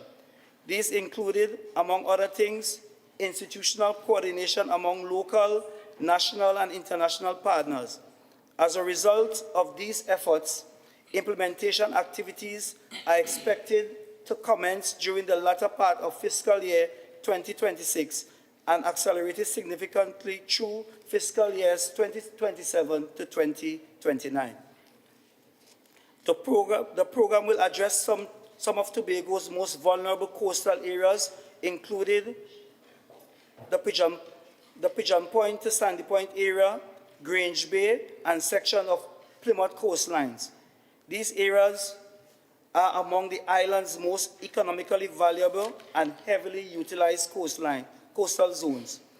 They support tourism enterprises, recreation activities, public infrastructure, transportation corridors, and community livelihoods. Protecting them is therefore not simply an environmental objective, it is an economic necessity. The project is expected to generate significant direct and indirect employment opportunities throughout its implementation.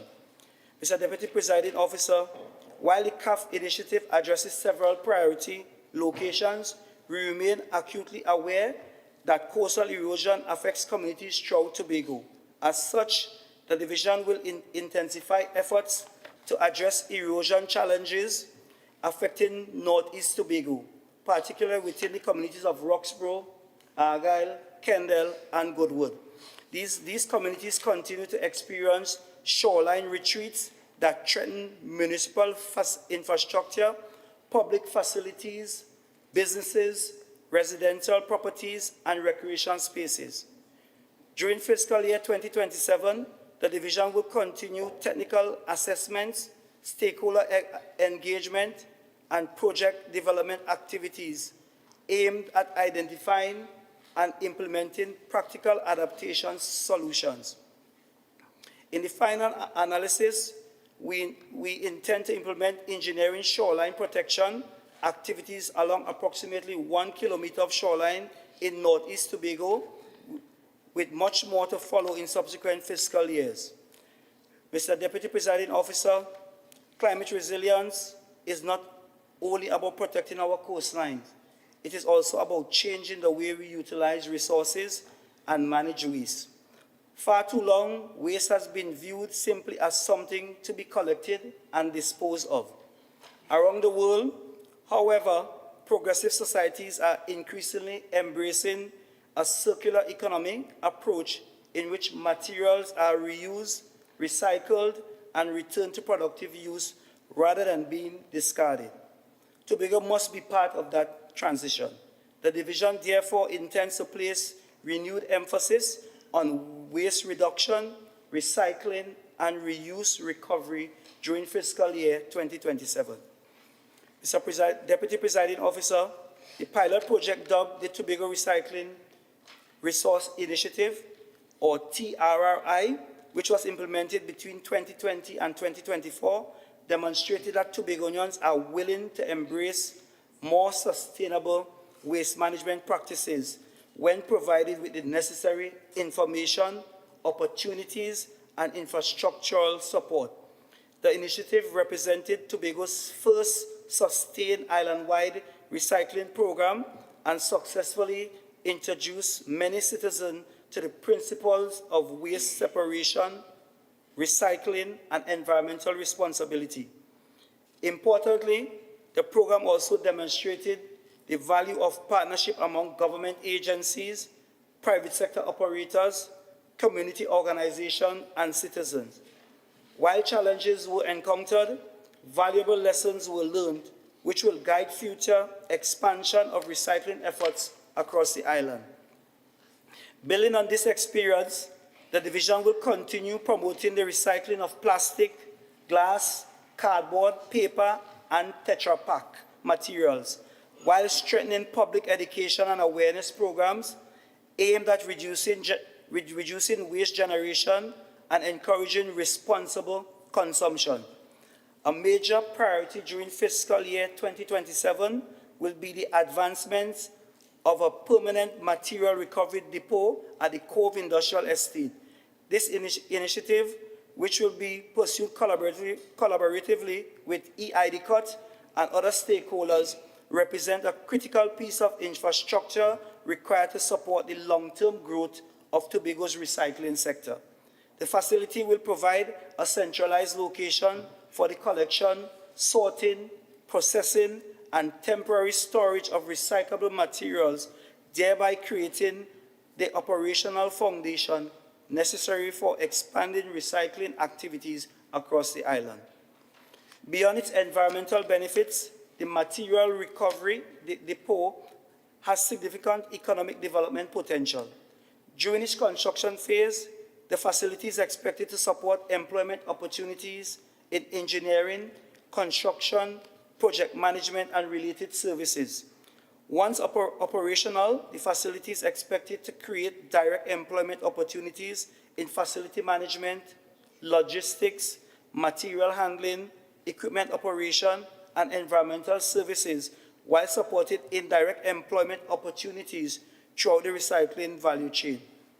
Importantly, the facility has the potential to stimulate the emergence of new green enterprises focused on waste collection, recycling services, material processing, and the manufacture of value-added products derived from recyclable material. Pending completion of the facility, the division will continue partnering with community groups, school, businesses, and environmental organizations to sustain recycling activities and preserving the culture of recycling established under the TTRI program. Mr. Deputy Presiding Officer, environmental sustainability is not confined to forests, reefs, and coastline. It must also be reflected in the quality and accessibility of the public spaces that people use every day. Accordingly, the division will undertake initiatives aimed at enhancing the Scarborough Botanical Gardens, one of Tobago's most important urban green spaces and recreation assets. The garden has long served as a place of recreation, relaxation, exercise, and environmental appreciation for residents and visitors alike. However, there is a significant scope to improve the facility's accessibility, functionality, safety, and economic value. During fiscal year 2027, the division will continue with its program of improvements, including the upgrading of the perimeter fence, landscape enhancements, and the construction of a wider, differently able-friendly walkways that are designed to improve accessibility and visitor comfort. The division will also explore opportunities to accommodate appropriately designed retail spaces for small businesses within the gardens. These interventions will create opportunities for local entrepreneurs while enhancing the overall visitor experience and increasing economic activity associated with the site. Mr. Deputy Presiding Officer, this initiative is about much more than beautification. It represents an investment in public health, community well-being, environmental stewardship, and inclusive development. It demonstrates how environmental infrastructure can simultaneously improve quality of life, support small business development, and contribute to Tobago's attractiveness as a place to live, work, and visit. The improvements to the Scarborough Botanical Gardens are expected to generate short-term employment opportunities in landscaping, construction, horticulture, and maintenance services, while creating additional opportunities for micro and small enterprises operating within the facility. Mr. Deputy Presiding Officer, as a large ocean territory, the future prosperity of Tobago is inextricably linked to the health and sustainability of its marine environment. Our relationship with the sea extends far beyond geography.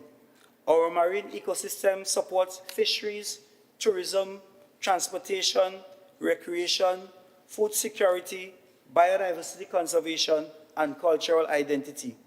They are fundamental to our economy and way of life.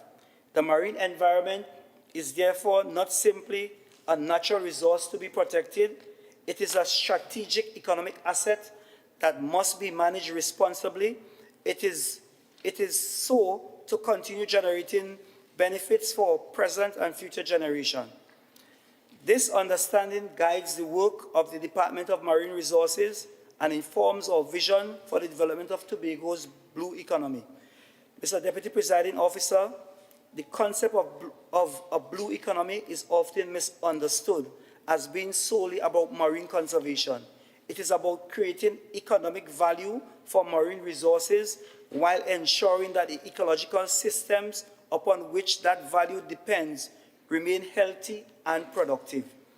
A healthy reef supports fisheries, healthy fisheries support livelihoods, healthy marine ecosystems support tourism, healthy tourism, businesses support employment, and all of these outcomes contribute to economic growth and social well-being. Accordingly, one of the most important priorities for fiscal year 2027 will be the continued transformation of the governance framework for the Boku Reef Marine Park. Boku Reef remains Tobago's premier marine protected area in fiscal year 2027. My division will focus on strengthening its governance, sustainability, and long-term management. Mr. Deputy Presiding Officer, fiscal year 2027 marks the beginning of a new chapter. The Department of Marine Resources will launch the first phase of its comprehensive permit and user fee system for commercial operators within the Boku Reef Marine Park.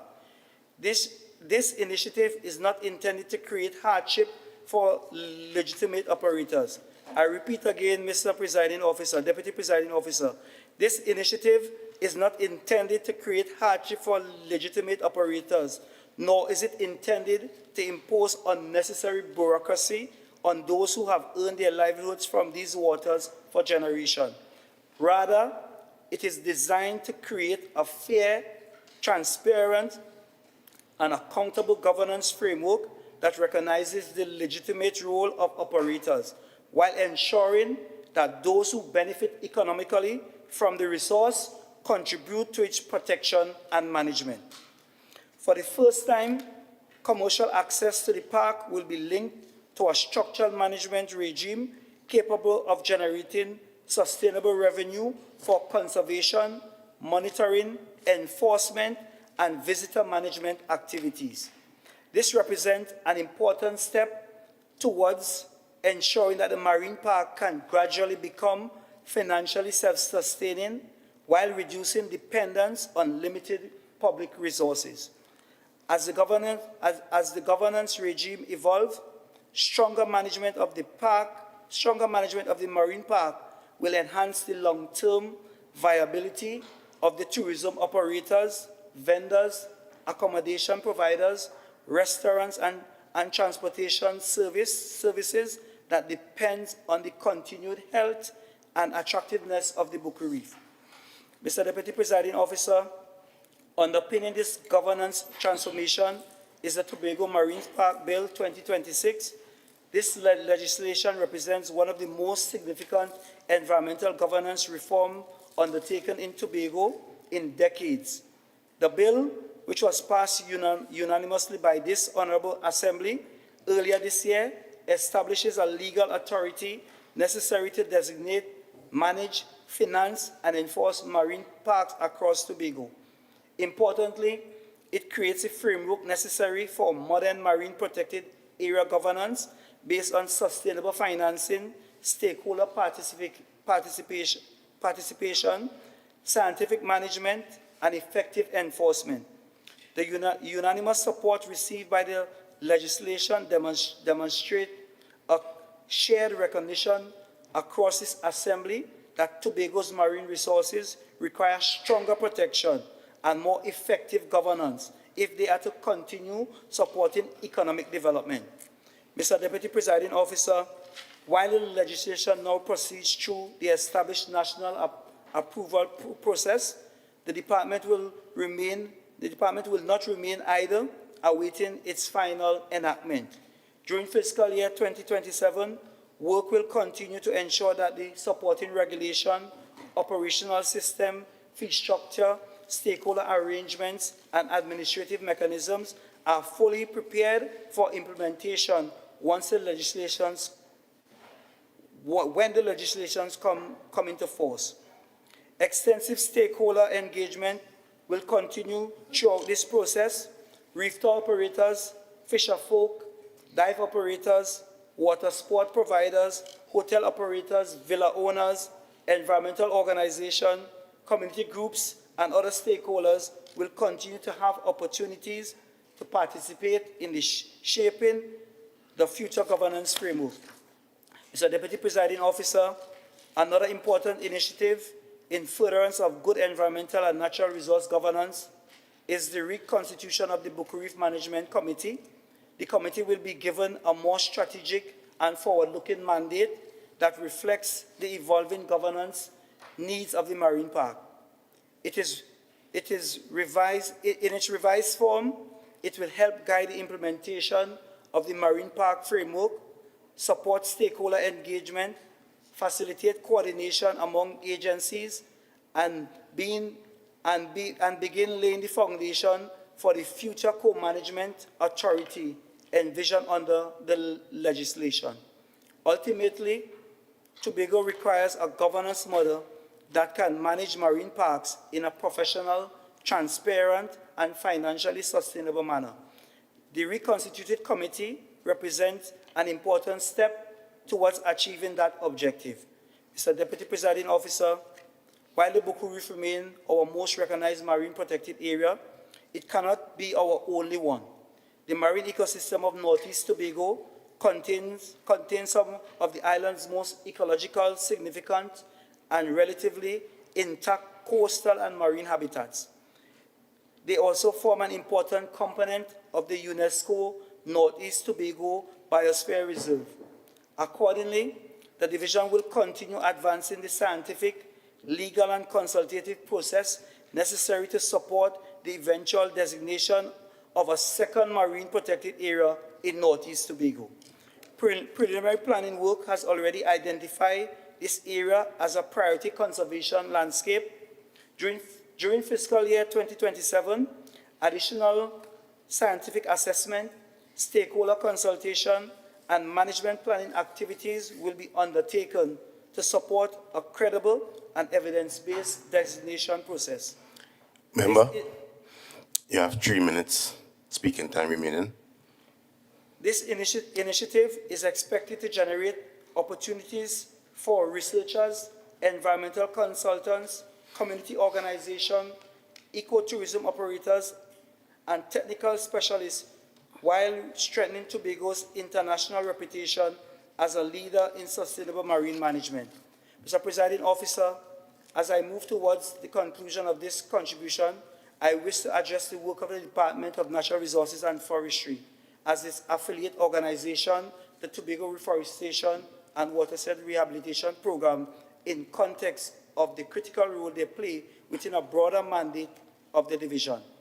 While climate resilience, coastal protection, energy transition, and marine resource management often attract significant public attention, it is important that we do not overlook the invaluable contribution of Tobago's forests, wildlife, and terrestrial ecosystems to the island's environmental health, economic development, and quality of life.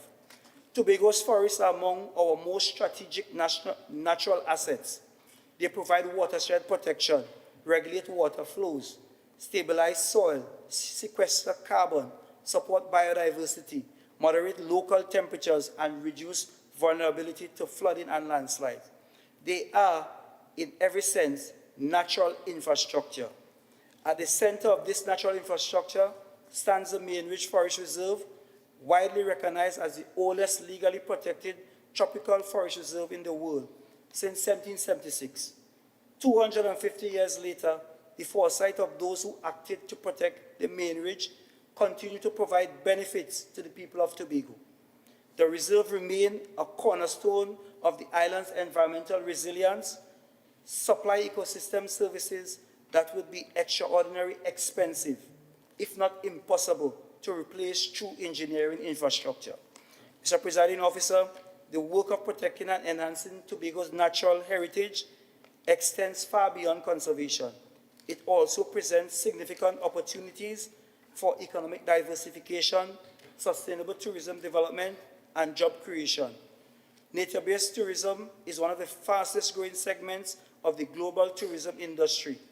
Increasingly, visitors are seeking authentic experiences centered on nature, biodiversity, hiking, birdwatching, environmental education, and outdoor recreation. Tobago is uniquely positioned to benefit from these trends. Accordingly, during fiscal year 2027, the Department of Natural Resources and Forestry will continue efforts to expand and enhance Tobago's network of hiking and nature trails. Particular attention will be given to the development of new trail experiences while simultaneously strengthening the maintenance and rehabilitation of existing trails throughout the island. Focus will also be placed on developing additional community green spaces to provide our village communities with greater access to socialize. That's the end of your speaking time.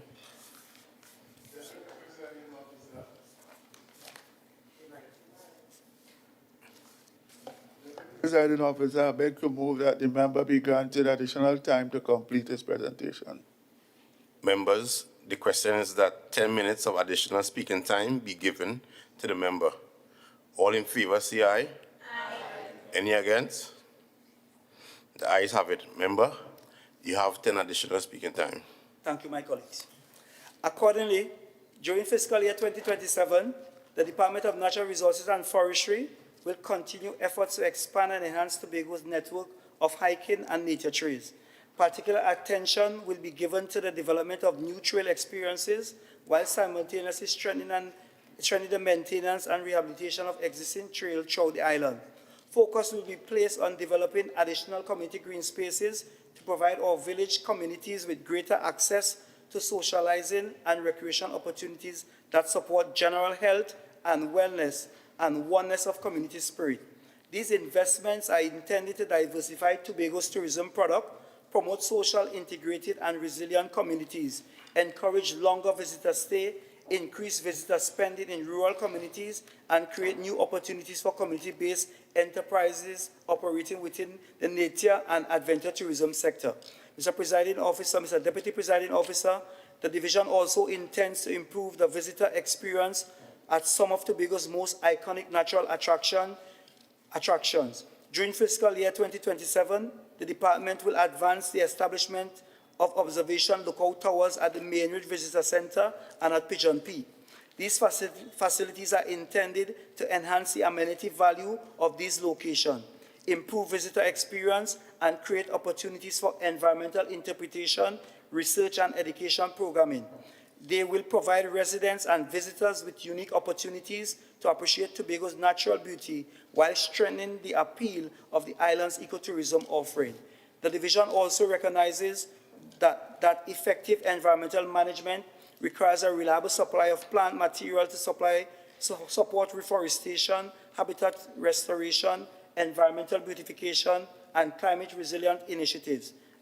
Accordingly, continued investment will be made in improving infrastructure and operational capacity of the study park plant nursery. Improvement to the facility will increase the production and productivity of forest species, ornamental plants, and other tree stock required for public agencies, private entities, community organizations, and individual citizens.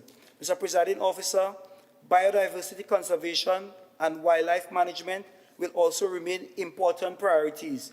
Tobago is blessed with remarkable biological diversity.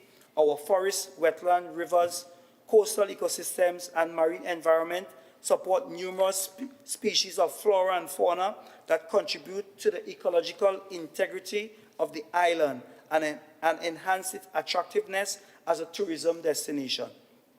The protection of biodiversity is both an environmental and socio-economic imperative.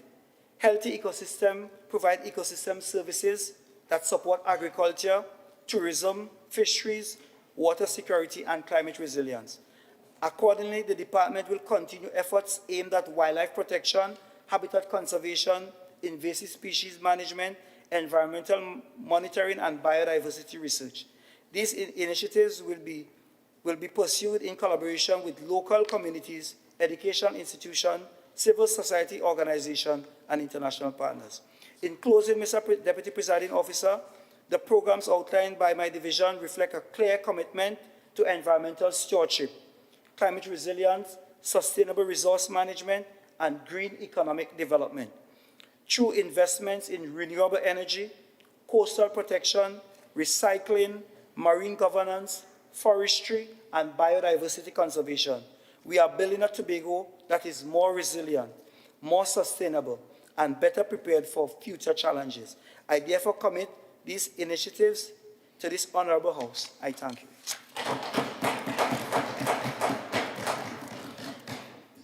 Thank you, Member. Member for Roxborough Argyle, you may now join the debate.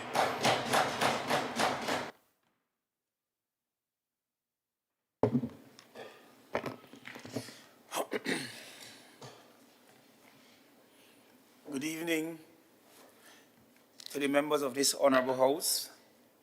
Good evening to all persons viewing online and those persons who are in the gallery. And good evening to the persons, members from Roxborough Argyle who would have reposed their confidence in me, so I'm here representing Ford, Louisville, Betty's Hope, Roxborough, and Argyle. It has indeed been a very long day, and your day is about to get longer.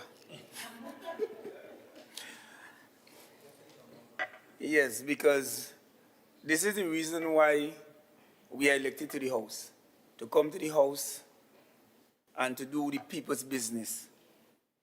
And this exercise that we are embarking on today is an extremely important exercise for the people of Tobago.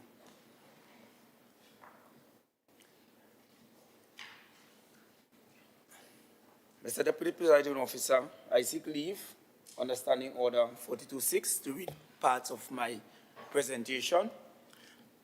Granted.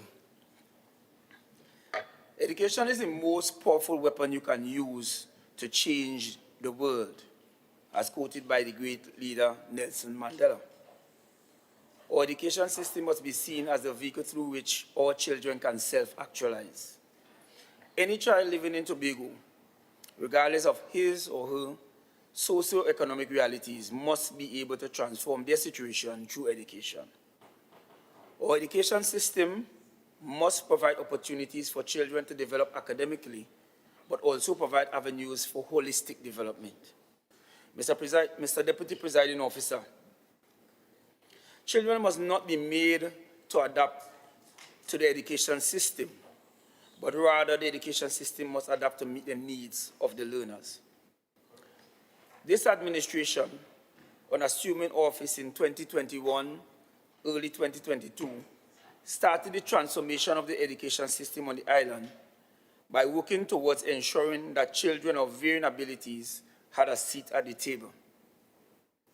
We proceeded to ensure that education was inclusive and catered to the needs of children who were interested in pursuing technical vocational education, or children who were gifted and talented, or those who presented with special needs.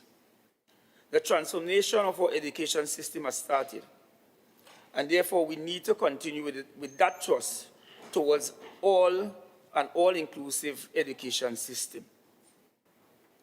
As we continue this transformation, there are key areas of focus for fiscal 2027. Curriculum development. Mr. Presiding Officer, our curriculum must cater to the Tobago child, the experiences and realities that the Tobago child faces, but it must also provide avenues and opportunities for expansion into the national and global spaces. The blueprint identifies curriculum modernization and diversification as central priority. To this end, the Division of Education has allocated $2.012 million for curriculum development. This will support curriculum enhancement, diagnostic assessment, remedial instruction, teacher training, and community-based literacy engagement. The objective is to improve literacy and numeracy and overall student achievement across the primary and secondary level. Mr. Presiding Officer, the next area of focus is teacher training and development. The teacher factor in our classroom is very critical to our learning outcomes. Teachers play a pivotal role in the performance of students' growth and development. In order for our teachers to perform at optimal levels, continued training and retooling of our teachers is absolutely critical.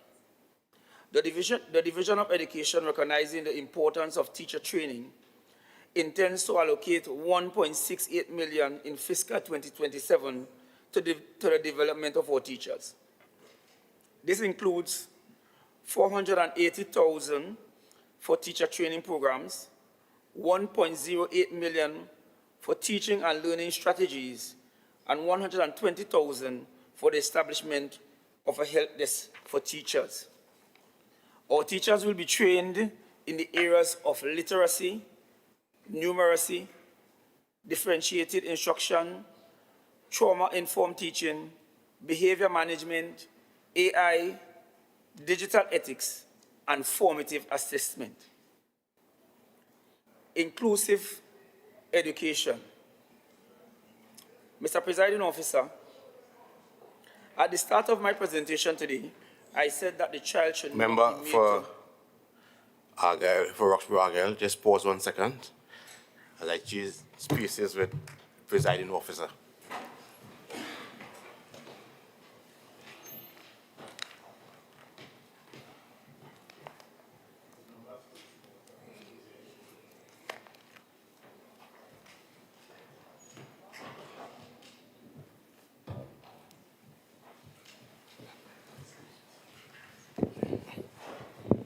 Let me... Member, you may continue. At the start of my presentation today, I said that the child should not be made to adapt to the education system, but rather the system must adapt to suit the needs of the learners. Transforming our education system to ensure that no child is left behind is a major priority for the Division of Education in fiscal 2027. For fiscal 2027, the Division of Education has allocated $6.115 million to inclusive education and special needs support. $5 million will be allocated to the start of the construction of the campus for special needs students. $250,000 for the upgrade of the Happy Haven School, and $850,000 for the School for the Deaf, Speech and Language Impaired. Our trust for inclusivity will not only be at our special schools, but at the primary and secondary schools across the island. Critical infrastructure works will be undertaken to ensure wheelchair access. We also intend to increase the number of students' aides to assist students who are in need. The Division of Education will provide adaptive material, early screening and referral systems, and collaborate with health and social support professionals to ensure that our students get the support they need. Behavioral intervention and student well-being. Mr. Presiding Officer, one of the most urgent issues facing our school today is behavior and well-being. We intend to focus on preventative measures, which will include counseling, behavior support, conflict resolution, parental engagement, emotional regulation, and health support. We have the view at the Division of Education that rather than trying to treat with the issue after it has happened, we need to try to find ways of preventing it from happening. And that is why my colleague, Assemblyman Nigel Tate, mentioned sending the proposal for us to look at different strategies that we can use, at intervention strategies to prevent the kind of issues that we are having at our schools. Fortunately for us in Tobago, we are not at the level of what happens on the other island, and we don't want to get there. So we have to take the bull by the horns, and we have to start working to try to ensure that our schools in Tobago don't reach that level of what is happening in other spaces. 1.1 million will be allocated to enhance support in this area. This includes 500,000 for schools intervention strategy, 200,000 for positive behavior modification, 200,000 for parenting program, and 200,000 for school health program. Our intention is to use strategies to, as I said, prevent rather than try to prescribe after the incidents have happened. Early childhood care and education. Mr. Presiding Officer, the ECC sector has been the bastard child of the education system of Trinidad and Tobago for far too long. This division of education intends to give the prominence to the ECC sector which it deserves. A strong ECC sector results in strong primary schools and strong secondary schools. It is the foundation of our education system, and therefore more attention will be placed on this sector for fiscal 2027. In this regard, the Division of Education intends to allocate 5.012 million to the ECC sector. This includes 4 million for the establishment of the ECC centers, including the Corland ECC, which is being built right now. It is scheduled to, if it remains on track, to be opened in August of 2026. That's the next few months. 1 million for the extension and improvement of existing ECC centers. It is expected that these upgrades will include refurbishment, safety enhancement, playground equipment, building improvements, and fire suppression support system. And the long-awaited Scarborough Secondary School. The relocation of the Scarborough Secondary School has been the subject of debate for more than 2 decades. As a matter of fact, when I joined TUTA in 2014, we started, I think even was before that, the discussion about the relocation of Scarborough Secondary School was in the public space. And in only 4 short years, this administration has been able to basically start the construction of Scarborough Secondary School. We have reached further than any other administration. As the Chief Secretary boasted earlier, we have the conceptual designs, and very soon, I don't want to put a date, because sometimes you jinx the thing. I think the Chief had said within 2 weeks or so, that we will be having the award of a contract, and we will start the actual construction of the Scarborough Secondary School. And we have had, I think it's the most allocation given to the THA for the construction of the Scarborough Secondary School. Right? The construction of this modern education facility will be a major investment in education on this island. Because this school is viewed as a Tobago school. This school is viewed as our school. This school is viewed as the school that we wanted for so many years. It's not only about the people who teach at Scarborough Sec or the people who children attend this school. This is viewed as a school for Tobagonians. And the thrust behind this school is to make it a modern facility. A modern facility. And it is expected that this facility will be one of its kind within the Caribbean and within this hemisphere. And that is the idea behind the school. And the intention is to modernize or try to bring the other schools on the island up to the standard of this school. So this school is going to be a model school. And we intend to be the envy of this entire country after we have built Scarborough Sec. I know that it was also mentioned earlier that the Tobago House of Assembly has never built a secondary school. I think we built Scarborough RC, and that was not very well constructed because there were many issues after Scarborough RC was built.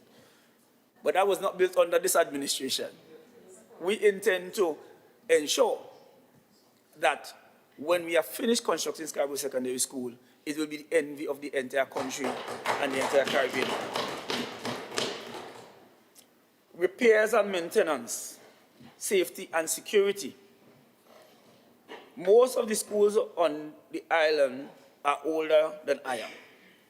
It means that they are more than half of a century old. Repairs and maintenance are being constantly done at our schools to ensure that our teachers and students function in a clean and safe environment. Fiscal 2027, $22.7 million has been allocated for repairs and maintenance. I want to say that for this year's vocational repair program, we have been allocated, I think it's about $30 million for the vacation repair. And I can tell you that that figure, which is a generous figure by the Secretary of Finance, and I may be begging for more. When we look at the estimates of what has to be done, I can tell you already that that figure will not be enough. And we may have to, what we normally do is that we normally prioritize what has to be done, because some of the institutions are very aged. I know that we will be changing the roof on at least 2 schools, and that is a substantial amount. And we have the Roxborough Anglican School where we have to do the waterproofing and so on. But the reality is that because the schools are older than I am, the maintenance issues at these schools constantly happen, and we have to constantly ensure that our schools are brought up to standard and so on, that we're not closed down by the USH agency.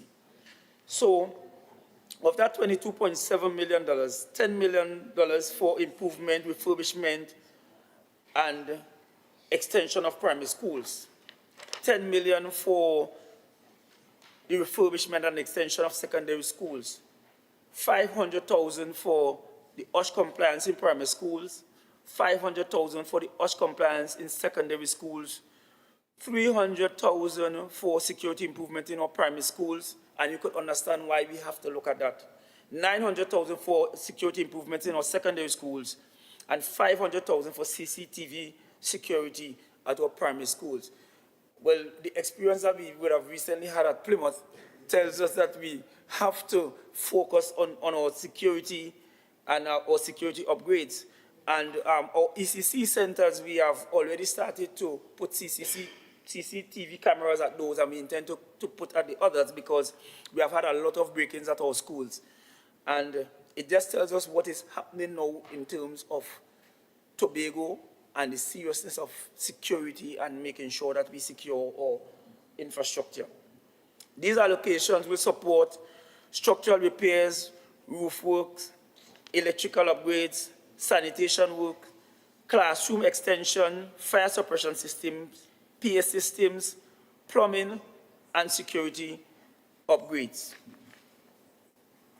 Classroom technology, e-testing, and digital readiness.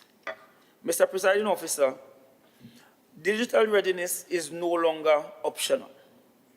The transformation and digitization of the Division of Education will be further enhanced in fiscal 2027.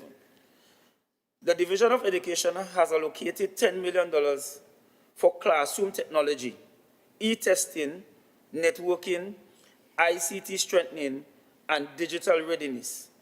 These include $1.5 million for e-testing resources. As you may well be aware, CXC is moving away from, in many instances, physical testing, and many of our students are doing e-testing. And in order for us to ensure that our students are able to do that, we have to equip the schools with the necessary infrastructure so that they can do the e-testing. $1 million for the ICT program, $4 million for secondary school computerization program. Again, we have to ever so often refresh the computers that you have at the school. You know, after computers become age and so on, you have to change the system. And I'm not a technological person, but I know that very often, because of the rate at which the technology is changing, you have to constantly change these devices and so on. 800,000 for networking, and 500,000 for IT strengthening. These allocations will support smart classrooms, laptops, online examination readiness, ICT equipment, teacher devices, networking, cybersecurity, administrative systems. Technical vocational education and dual track skills. Mr. Presiding Officer, I think this is something that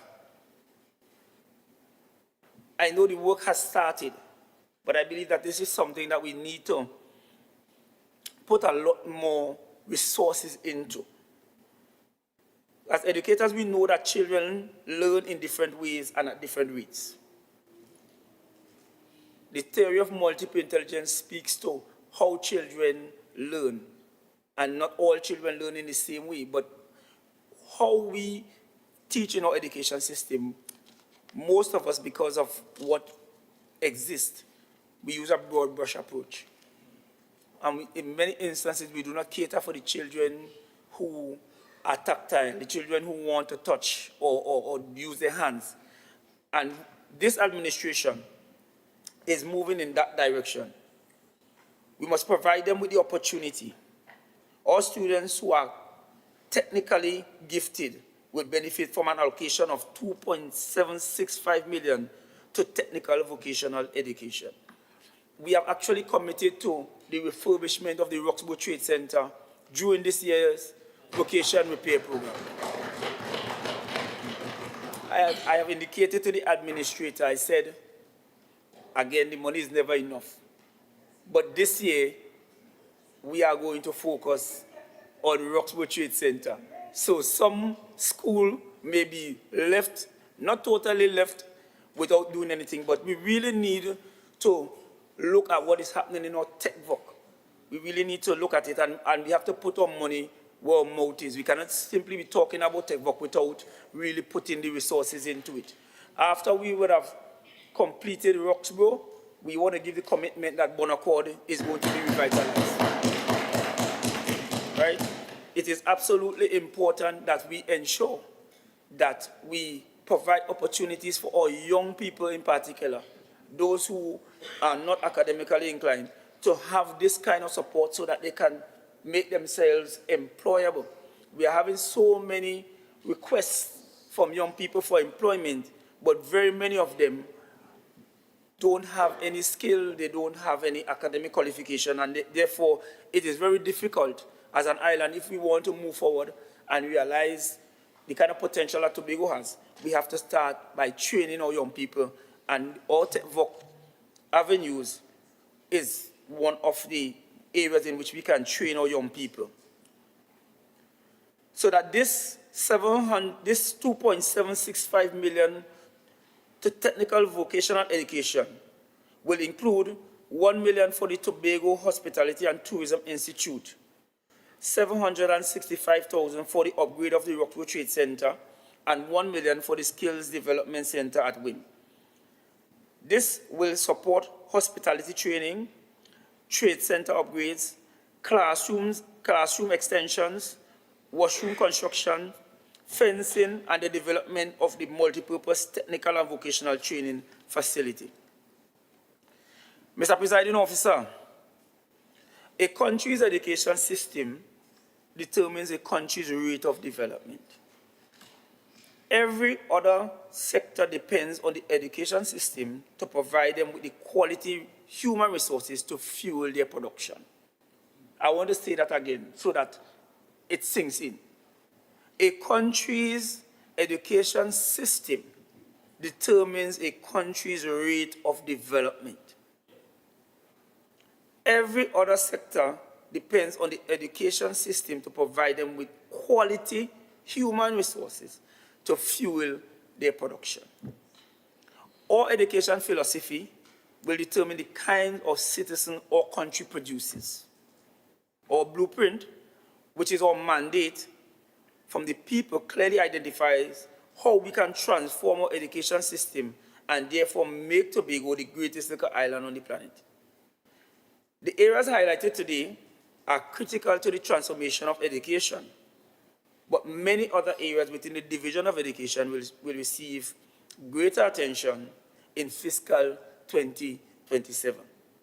Mr. Presiding Officer, for fiscal 2027, the budget statement provides an estimated $190.5 million for education-related programs and projects. That's on the development side. In addition, the recurrent estimate allocates $590 million to the Division of Education, Skills and Innovation. These estimated allocations represent a substantial investment in the education system here in Tobago.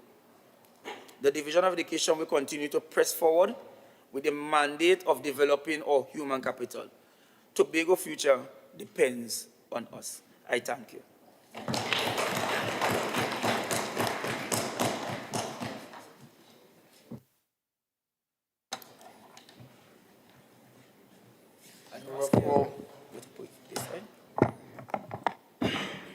Member for Goodwood, Mount St. George Goodwood, you may now join the debate.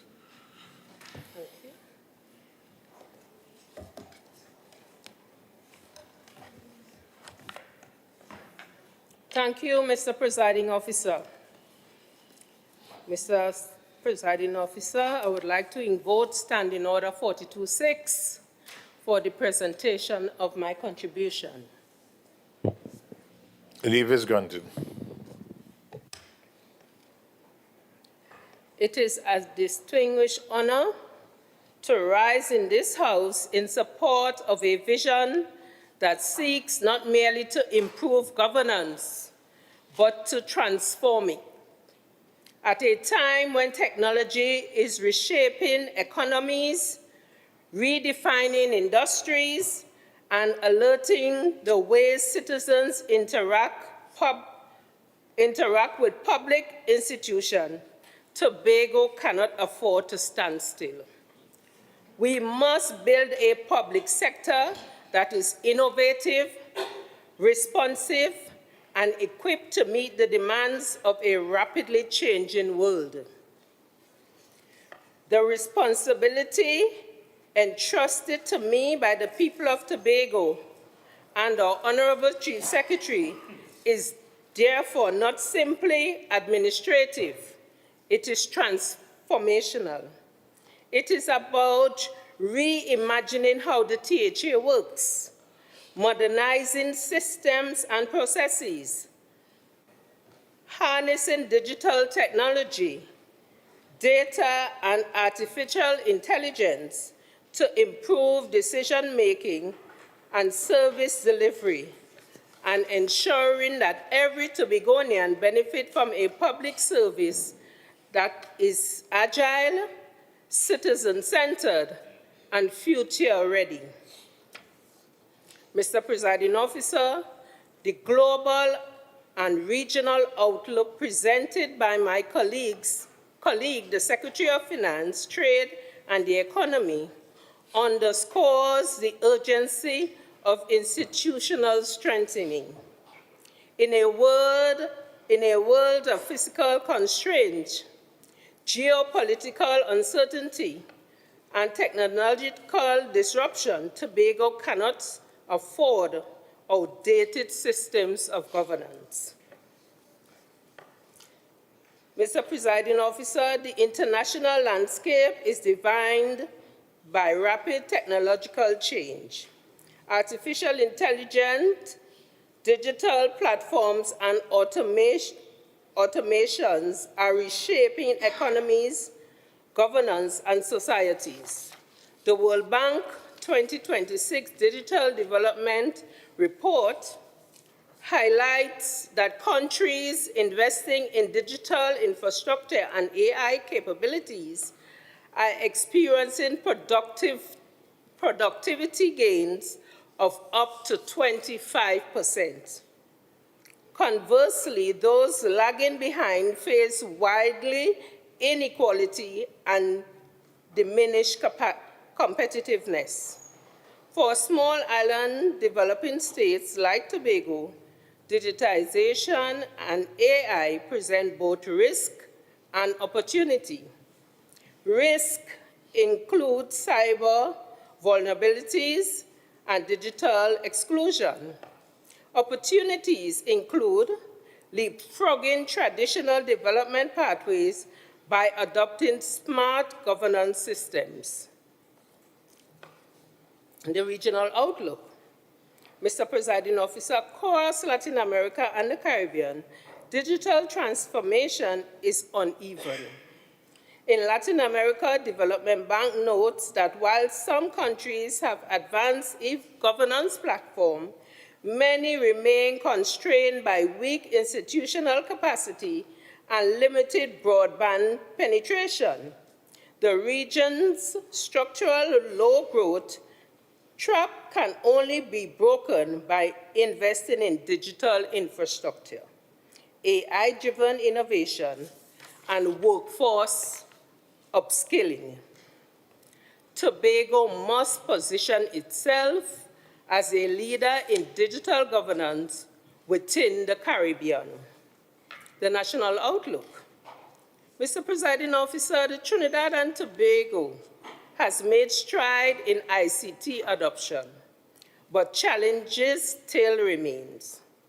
The IMF 2026 Article 4 consultation report identifies digital transformation as a critical enabler of diversification beyond energy.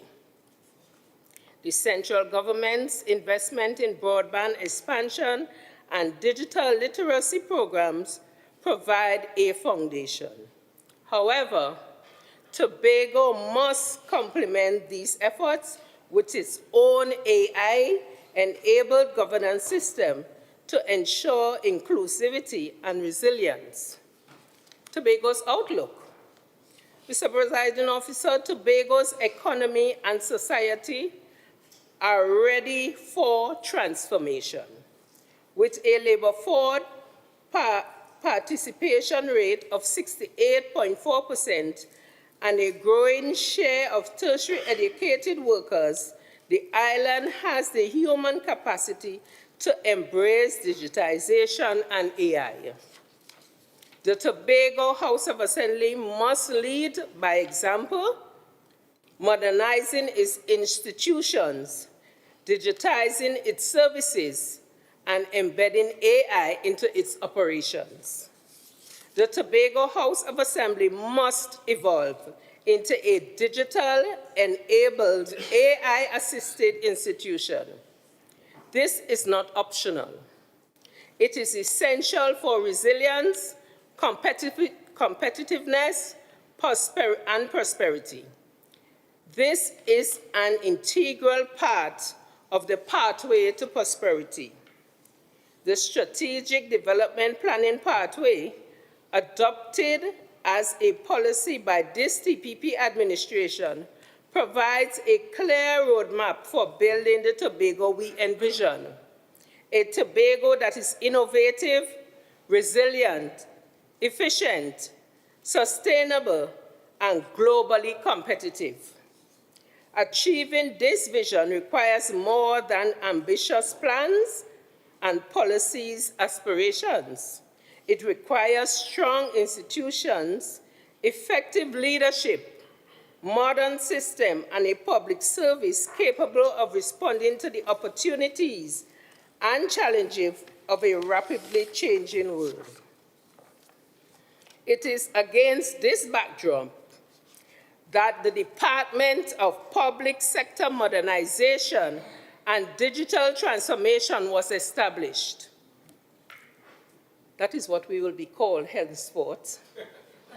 Mr. Presiding Officer, our mandate is to strengthen the institutional capacity of the Tobago House of Assembly, modernize its operation, advance digital innovation, and improve the delivery of the public service.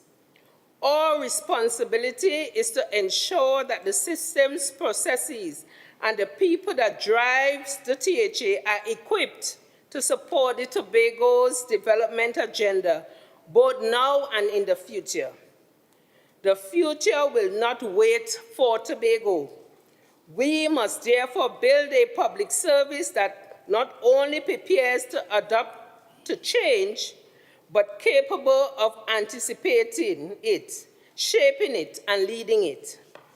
While digital transformation remains a critical pillar of our agenda, the work of this department extends far beyond technology. It is about improving how government functions, how decisions are made, how resources are managed, and how services are delivered. Ultimately, it is about creating a more responsive, accountable, and high-performance public sector that consistently delivers better outcomes for the people of Tobago. Mr. Presiding Officer, in this fiscal year, the following allocation have been proposed. 4.3 million for digital infrastructure and digital government transformation. 22 million for advanced institutional capacity and public sector reform. These investments are not merely expenditures. They are strategic investment in a modern Tobago House of Assembly that is more responsive, accountable, efficient, and equipped to meet the demands of a rapidly changing world. You see how many times I've used those words? Responsive, accountable, efficient are the key words, and equipped to meet the demands of a rapidly changing world. Mr. Presiding Officer, these investments do far more than build systems and develop technologies. They build futures. They create opportunities. They open new pathways for the next generation of Tobagonians to participate meaningfully in a rapidly evolving global economy. Mr. Presiding Officer, equally important is our commitment to human capital development. Technology not only cannot deliver transformation, success depends on people. Though targeted investment into digital literacy, data literacy, and workforce development, we are equipping Tobagonians with the skills necessary to thrive in an increasingly digital and data-driven world, while ensuring that no citizen is left behind as we bridge the digital divide. We are also intentionally creating opportunities for young, innovative Tobagonians to serve their country in new and meaningful ways, opportunities that did not exist a decade ago and will become increasingly vital in the decades ahead. We are opening pathways into high-impact fields such as information technology, digital communication, and data analysis, cybersecurity, artificial intelligence, and digital service delivery, because we understand that our data, our time, and our institutional knowledge are among Tobago's most vulnerable resources. By embracing proven technology and responsibly exploring emerging innovations, we are positioning Tobago as a place where innovation is encouraged, talent is developed, and digital transformation creates real and lasting value for our people. Digital infrastructure. Mr. Presiding Officer, this digital infrastructure is no longer optional. It is an essential pillar of effective governance. Despite significant investment in technology over the years, Many government processes continue to rely on manual system, paper records, fragmented workflow, and outdated administrative procedures. I would know. I spent 20 years doing it. The result is a system that often works harder than it needs to, while delivering service slower than our people deserve. These inefficiencies impact service delivery, productivity, and the public experience when interacting with the Tobago House of Assembly. Others may argue that digitization is expensive. I would argue that inefficiency is far more expensive. For years, many citizens have experienced the same frustration. Long lines, multiple trips to different offices, delayed responses, lost paperwork, difficulty obtaining information. Citizens often spend valuable time and money simply trying to access services that should be straightforward. Digitization reduces waste, improves productivity, and allows public officers to spend more time solving problems rather than managing paperwork. For our micro, small, and medium enterprises, digital transformation represents more than convenience. It creates opportunities to participate more effectively in local, regional, and international markets, expanding their research and strengthening their capacities. By reducing administrative burdens, shortening processing times, and lowering the cost of accessing public services, we are creating an environment that is more conducive to economic growth and private sector development. And you know we are aiming to do such. Central to this modernization is the development of a resilient digital architecture that decommissions legacy systems in favor of security. Cloud-based platforms. By embracing security by designs and treating data as a strategic island asset.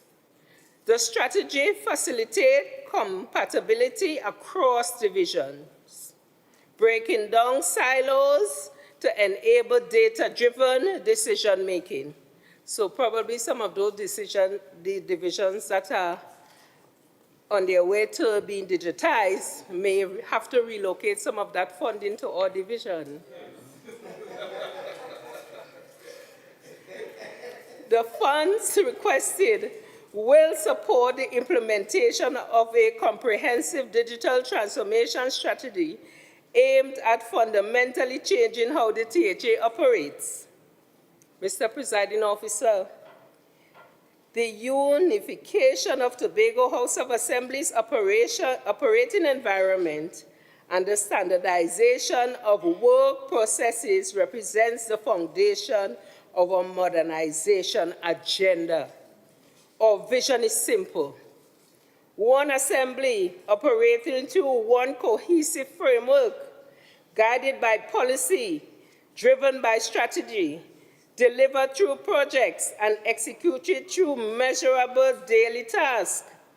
This approach creates alignment across the organization, ensuring that every decision, every program, and every task contributes directly to the strategic priorities of the Assembly, and ultimately to improved outcomes for the people of Tobago.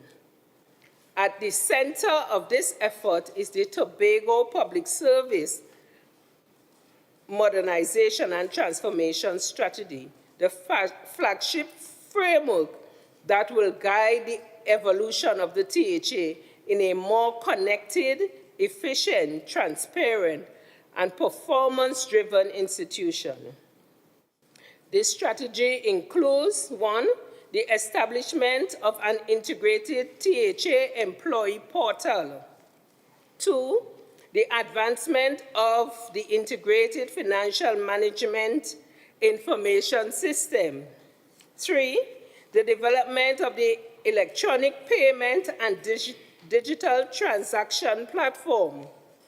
4, the digitization of historical records, assembly archives, and legislative operations.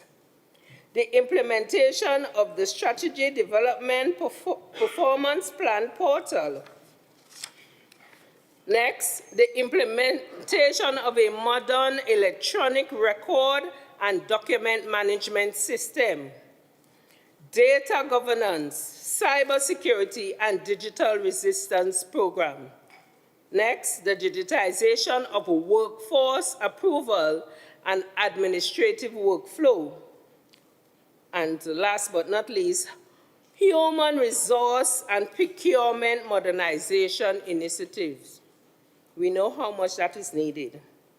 Mr. Presiding Officer, allow me to highlight several key programs and projects that will drive this transformation agenda in the short term. 1, Service Tobago program. Some people hear the word digitization and immediately feel that technology will replace people. Let me say clearly, this initiative is not about replacing people. I reiterate, this initiative is not about replacing people. It's about empowering people.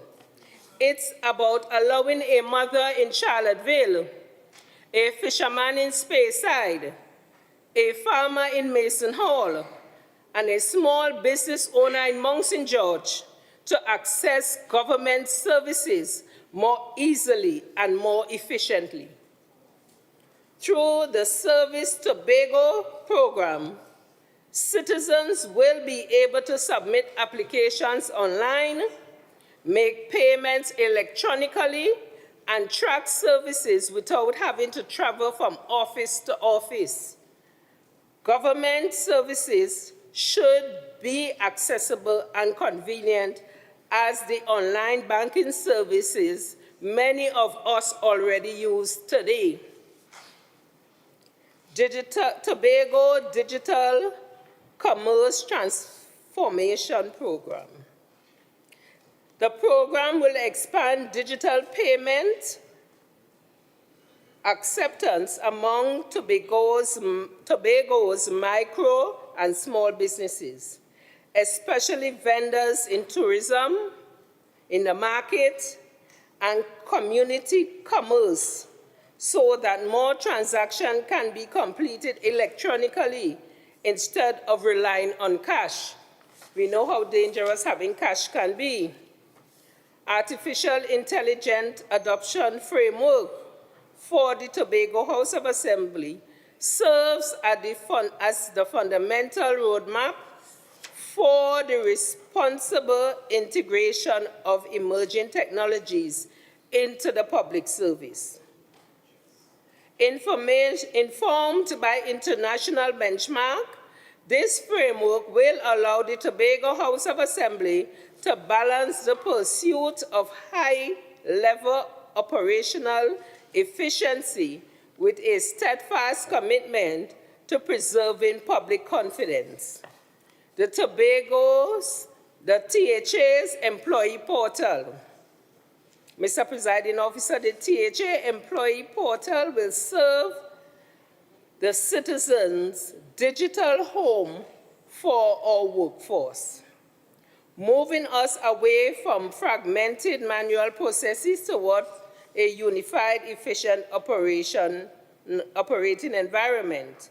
This portal provides every public officer with a secure, personalized gateway to essential administrative tools, collaborative framework, and critical information. By consolidating across the HR services, procurement, and performance management resources in one accessible platform. We are equipping our staff with the modern tools they need to excel. And the fifth one is a major component is the MyTHA platform.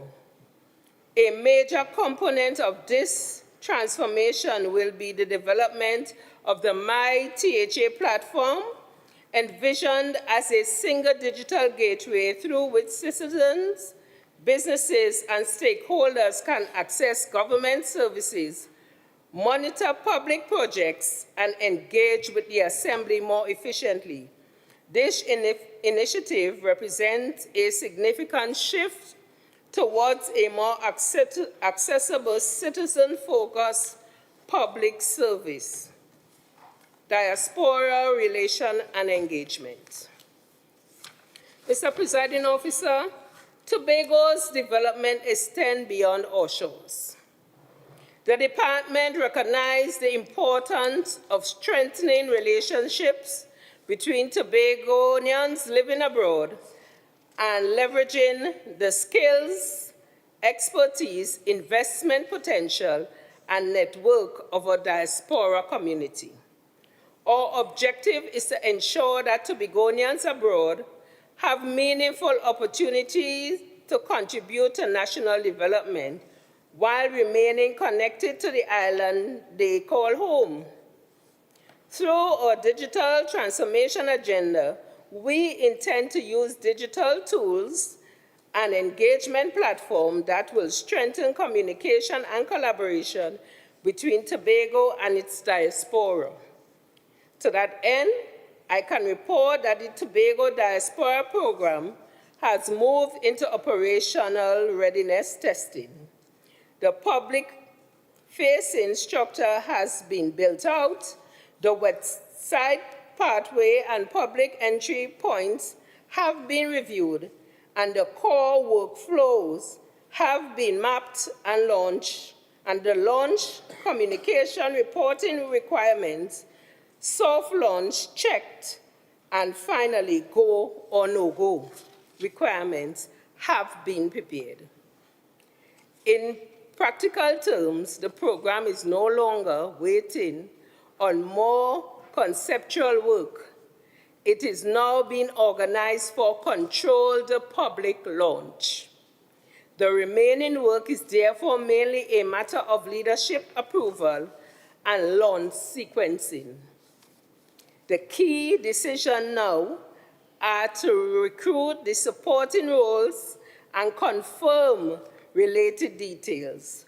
Once those decisions are made, the program will be in a position to proceed with a controlled soft launch and then move into regular public-facing operations.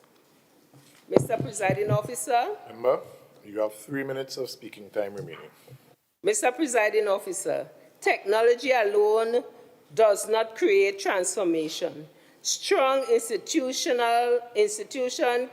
capable leadership, skilled public servant, and effective systems are equally critical.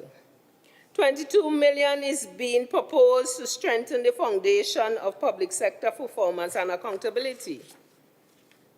These resources will support the implementation of 1, institutional strengthening programs, 2, core programs, commitment to outcomes and result efficiency, 3, public service academy,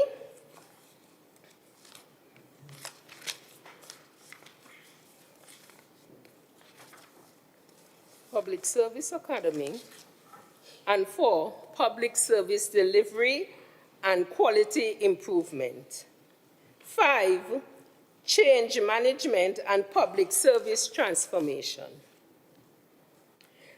This work is critical to ensure the modernization efforts are not only implemented but sustained over a long term. Mr. Presiding Officer, the request before this Honorable House for approval represents a bold step towards building a more modern, efficient, accountable, and future-ready public service. The transformation of public administration through digitization and AI is the foundation upon which the Tobago's prosperity will be built. Without modern institutions, no budgetary allocation, however generous, can achieve its intended impact. The Department of Public Sector Modernization and Digital Transformation stands ready to lead this important work and to support the Assembly's broader vision of good governance, innovation, and development. In closing, I extend gratitude to my colleagues, administrators, and the people of Tobago for their support. I therefore commend this allocation to this Honorable House and pledge our commitment to deliver meaningful transformation for the people of Tobago. On behalf of the villages of Bacalet Park, John Dial, Mount St. George, Goodwood, Hope, and a small piece of Gosborough, your humble servant has presented to this House. Thank you, Mr. Presiding Officer.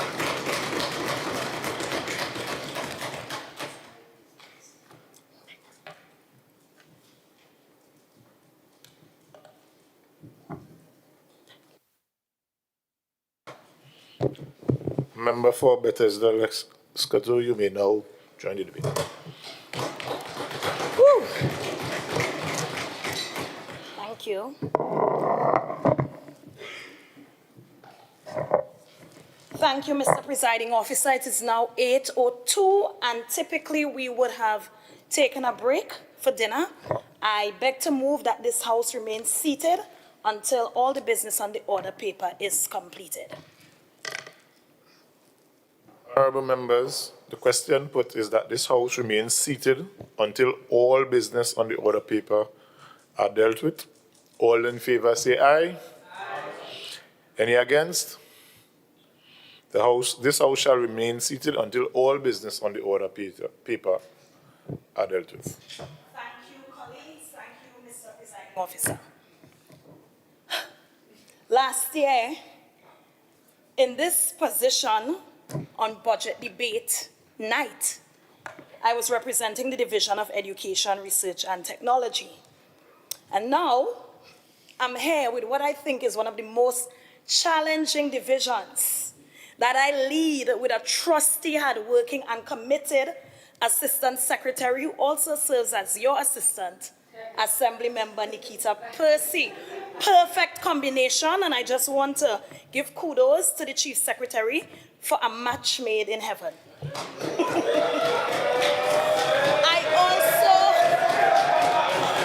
I also look to my right and I'm seeing one of the most hardworking administrators she's remained in this House to provide the support to me, brand new secretary, although she is the tourism expert, and thank you again, Chief, in your absence, for also a match made in heaven with an administrator who's actually an expert in the tourism industry.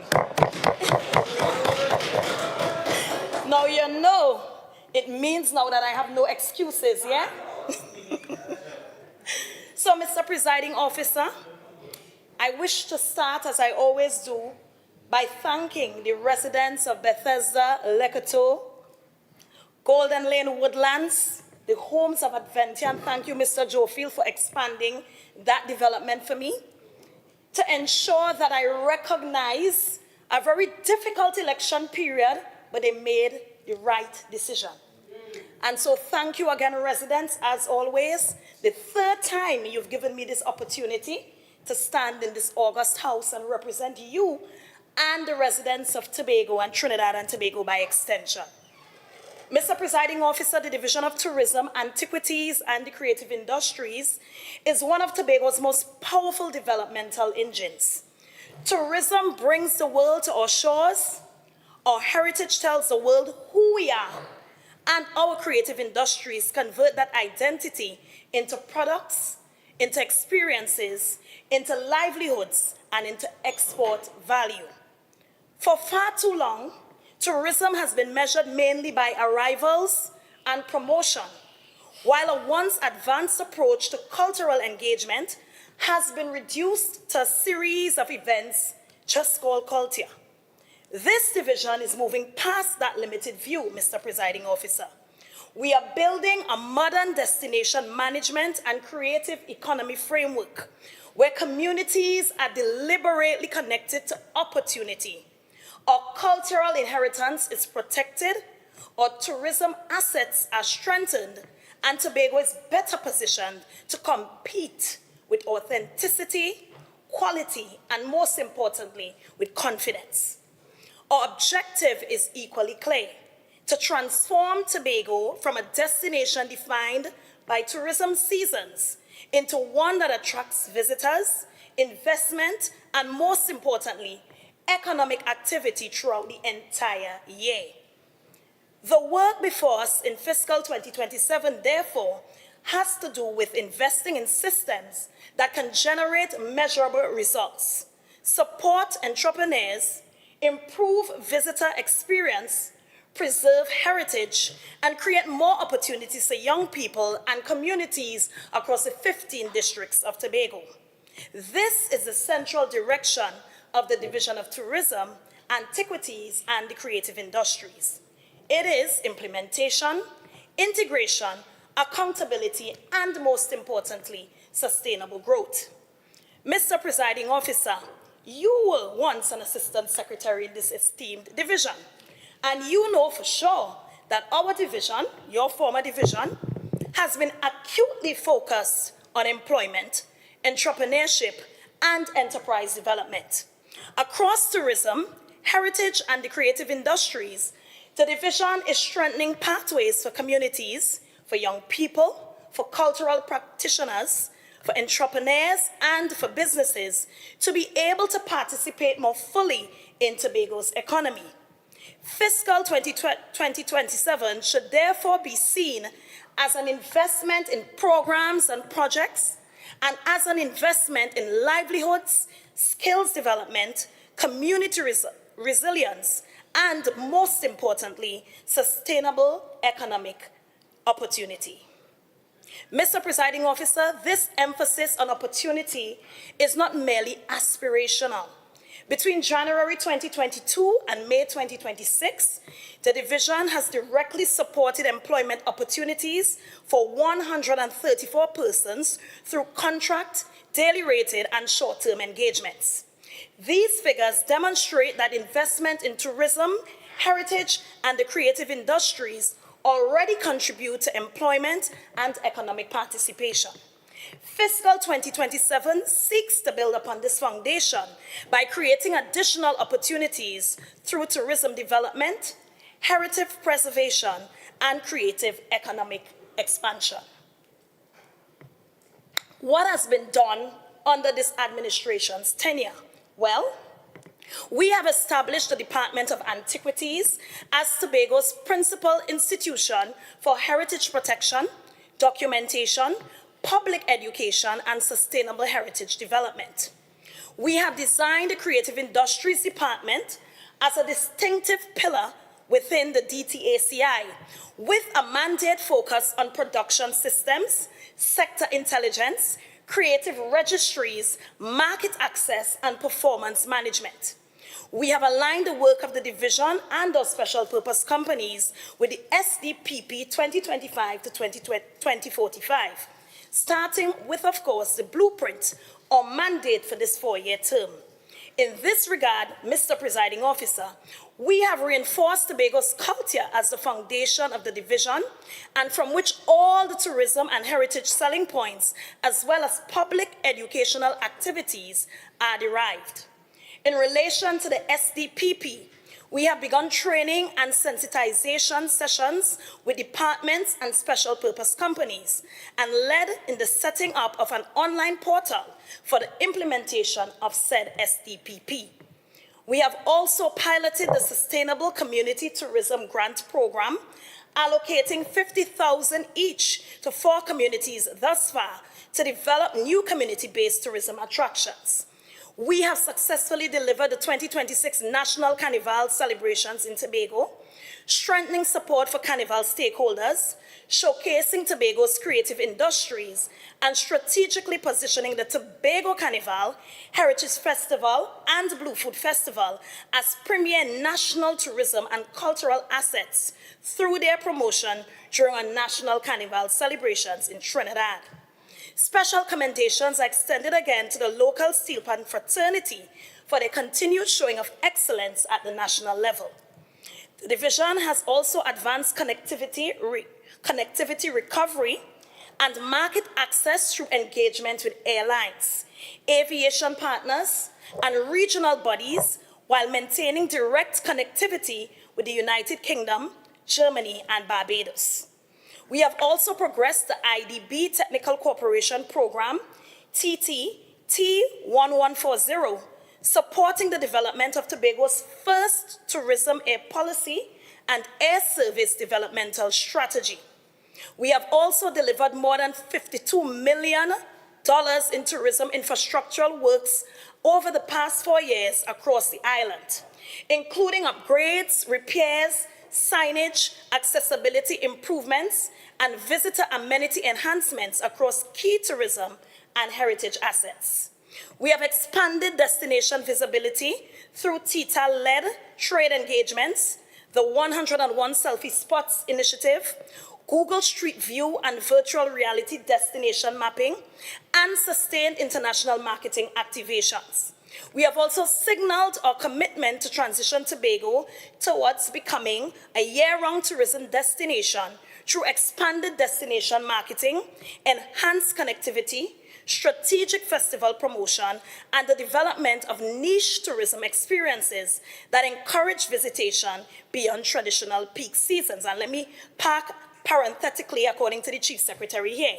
Secretary of Finance, Trade and Economy, it is a known fact that what we receive for marketing of this destination is just a tip of the iceberg when compared to what our Caribbean neighbors actually put into, and I'm calling it skin in the game, in US dollars. And so we are always, at the back end trying to play catch up when we are trying to compete with the big names in the tourism industry.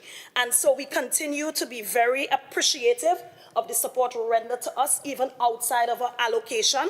But we must get to the place where when we're serious about tourism, we actually put our money where our mouth is.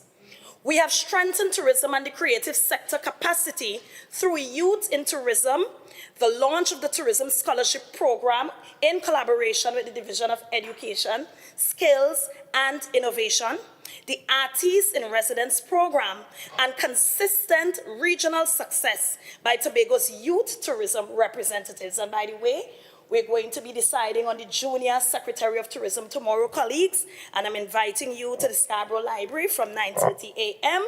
Once you can wake up after the long haul we're going through tonight. We have institutionalized the Standing Tobago Carnival Advisory Committee, shifting carnival planning from seasonal execution to a more careful, year-round, strategic, data-informed developmental model. We have expanded Tobago's cultural visibility and international reach through the work of the Tobago Performing Arts Company and the Tobago Festivals Commission Limited, including community-based programming, youth development initiatives, international cultural exchanges, destination promotion activities, and the successful Times Square activation in New York, which showcased Tobago's culture and destination branding. And we're going to do that this year. We established a new benchmark in festival governance through the early launches of both the Tobago Carnival and Tobago Heritage Festivals this year. It's the first time in the history of Tobago that we've been out the gates so early, and you're actually seeing our bands launching early too, putting a kind of momentum in the space that is going to herald this our 5-year anniversary as the biggest engagement post any of the jazz experiences we've had on this island. So well done, bands. I'm seeing some new entries into the market, and we're going to provide the support required to ensure that we have the greatest little festival on the planet. This has provided unprecedented lead time for stakeholder engagement, for sponsorship mobilization, for destination marketing, which is very crucial, visitor planning and program delivery, and it also reinforces a commitment to higher standards of strategic planning and professionally managed position events for the island's calendar.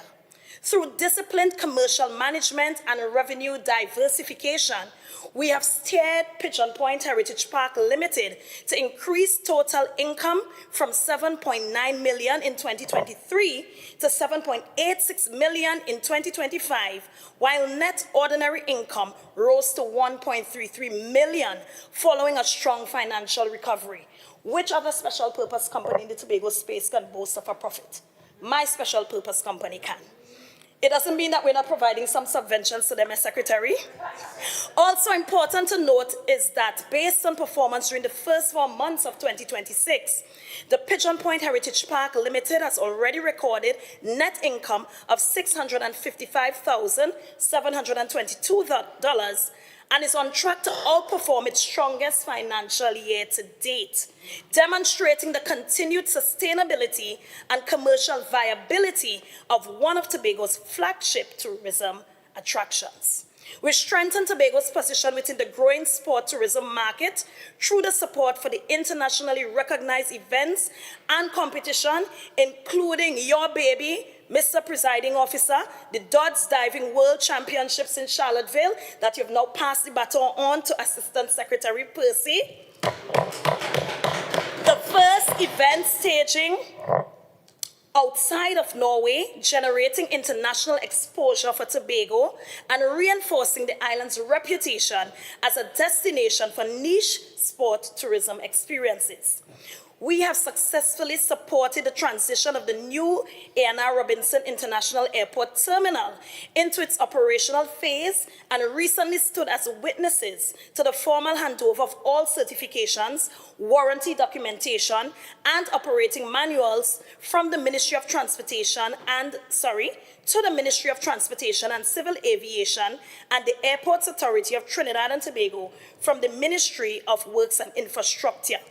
Finally, we can celebrate the impending launch of Caribbean Airlines' new non-stop Toronto to Tobago service, YYZ to TAB, and it should be on in about a month or so. And again, we may have to go on an inaugural flight, you know. But that is something to celebrate. I think the North American market is on the up, and we're seeing that improvement in terms of the connectivity that we're having from North America in general. Conversations are currently being had with a direct flight from Miami, and we want to increase that direct JFK to 2 times a week.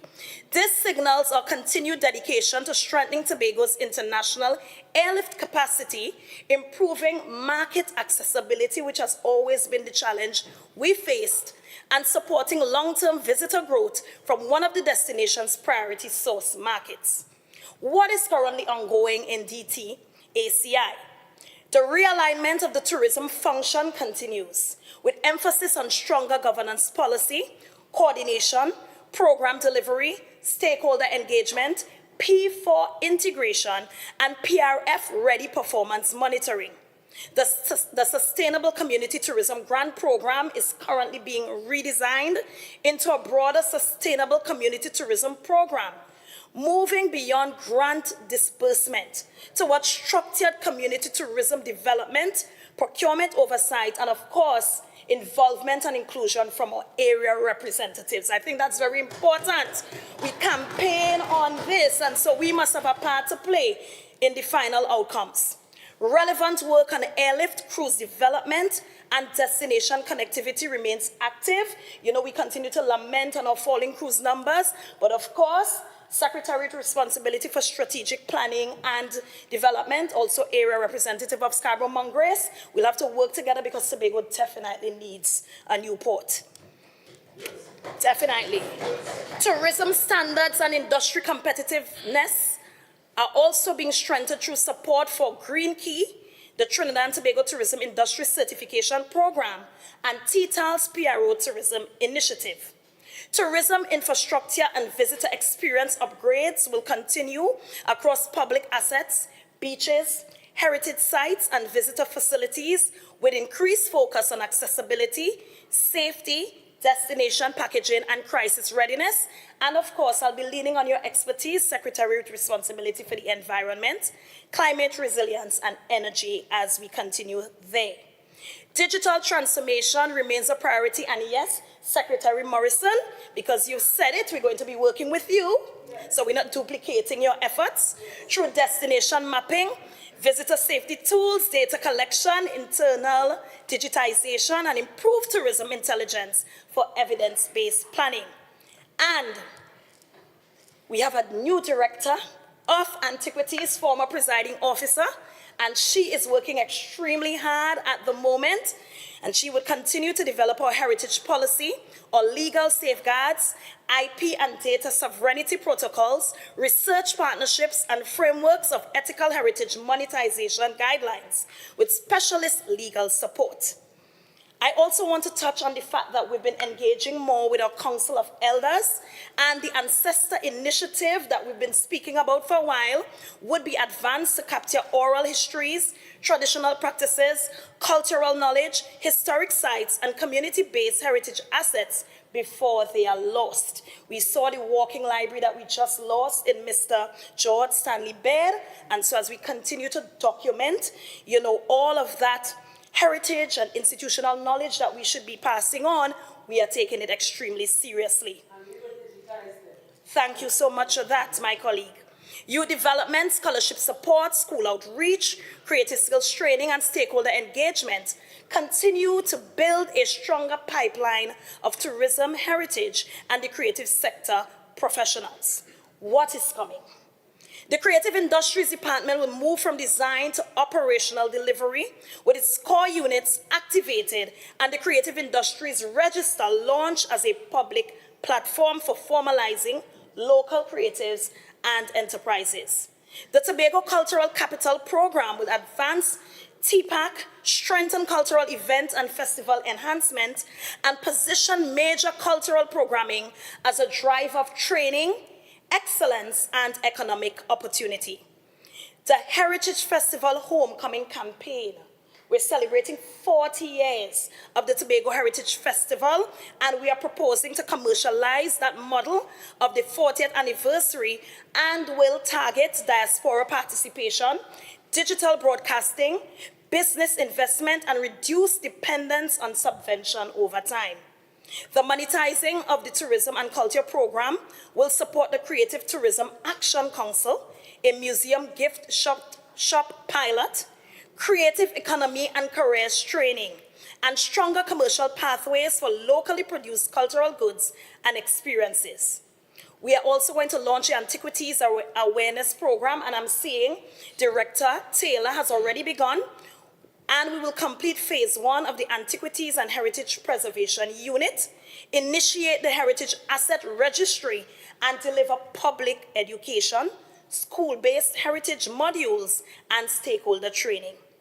Tobago's first sport tourism policy framework will also be developed, and we have Mr. Mark London, working very hard with Assistant Secretary to leverage sporting events, training camps, recreational activity, and niche sport markets as generators of visitor arrivals. It's not only coming to Tobago for a jam and a wine, You come because we understand that sport, especially adventure tourism, is a big deal. And of course, we're going to push further with our sustainable community tourism program. I also want to touch quickly on the Cruise Tourism Developmental Framework for 2026 to 2030. And here we plan to advance this particular program into a more intentional cruise growth agenda focused on stronger stakeholder returns, visitor management, and product development. The division will also continue to strengthen standards, research, data systems, digital visitor services, and performance reporting so that fiscal 2027 investments are tied to visible improvements, public accountability, and measurable developmental outcomes. Mr. Presiding Officer, it is no secret that tourism remains one of Tobago's most important economic sectors, supporting employment, entrepreneurship, foreign exchange earnings, which is critical, and of course, community development. However, tourism today requires far more than promotion. It requires strong connectivity, quality infrastructure, sustainable products, visitor safety, digital visibility, standards including an improvement in our customer service approaches, research, crisis readiness, and community participation. The division has therefore continued its transition towards a modern tourism development and destination management framework through sustainable community tourism, destination infrastructure, youth development, stakeholder engagement, technology standards, and connectivity work. Central to this approach is a deliberate transition from a seasonal tourism model towards a year-round destination economy, and this is very important for us, where community tourism, festivals, sport tourism, heritage, cruise, ecotourism, business events, and I want us to tap into wellness tourism, as well as cultural experiences, generate sustained visitor demands across the 12 months of the year. This is important because tourism must not only happen in peaks or in periods that are not sustained. It must happen throughout, and we understand that importance. I also want to speak to the commitment that we have in managing Tobago's premier tourism assets. Our division continues to support destination operations while maintaining sustainable employment. And as I said before, the employment doesn't necessarily mean we are employing you, but we're creating the platforms to ensure that you have your own entrepreneurial pursuits fulfilled. Mr. Presiding Officer, connectivity remains critical, and I just want to touch on the direct connectivity that we have been engaging with the UK throughout this year and through the upcoming 2026 winter service. We are going to continue the agreement with British Airways, the Germany contract 26 to 27 with Condor, and of course Barbados with Caribbean Airlines. Negotiations and engagements continue for other flights, and again, we need some money, Secretary, because marketing is extremely important. I want us to go now into the digital transformation that is very important. We can't be competing on a global scale and expect that everything is going to be done in a tangible way. Of course, digitization is extremely important. And so we continue to push our pursuits out there with the marketing, utilizing what is currently the norm, influencer marketing and use of social media. And that is something I think we have not tapped into enough. We're even having the conversations with our accommodation sector to ensure that they are doing their part as well with all the support we've been continuously affording to them. Mr. Presiding Officer, the future of tourism and the creative economy rests heavily on our young people. Our Youth in Tourism program continues to expand throughout our tourism clubs, our school outreach initiatives, and the annual Youth Congress. Tobago's junior secretaries of tourism and youth representatives have consistently placed amongst the region's best, including regional wins in 2022 and 2025, and strong placements in 2023 and 2024. These achievements demonstrate that Tobago is building a leadership pipeline for tourism awareness, for hospitality, for destination advocacy, and regional representation. The Tourism Scholarship Program has been created. Thank you again, Datas, out of the Division of Education, Skills, and Innovation, to support development in tourism, culture, antiquities, transportation, hospitality, and the orange economy. And the first recipients are expected to move into their new tertiary institutions this first semester of academic year 2026-2027. We also continue to partner with NESC to support training in all hotel facilities maintenance as part of this scholarship program. In the creative industries, IP training, the Artist in Residence programs, and proposed creative economic careers training would help build a more professional and market-ready workforce. Mr. Presiding Officer, can you give me a time check, please? You was coming at, you have 3 minutes of speaking time.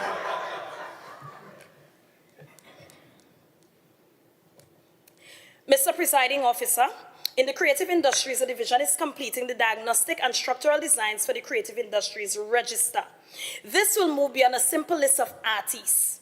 It will help track production capacity, intellectual property readiness, market access, and the formal integration of creatives and creative enterprises into government procurement and the tourism value chain.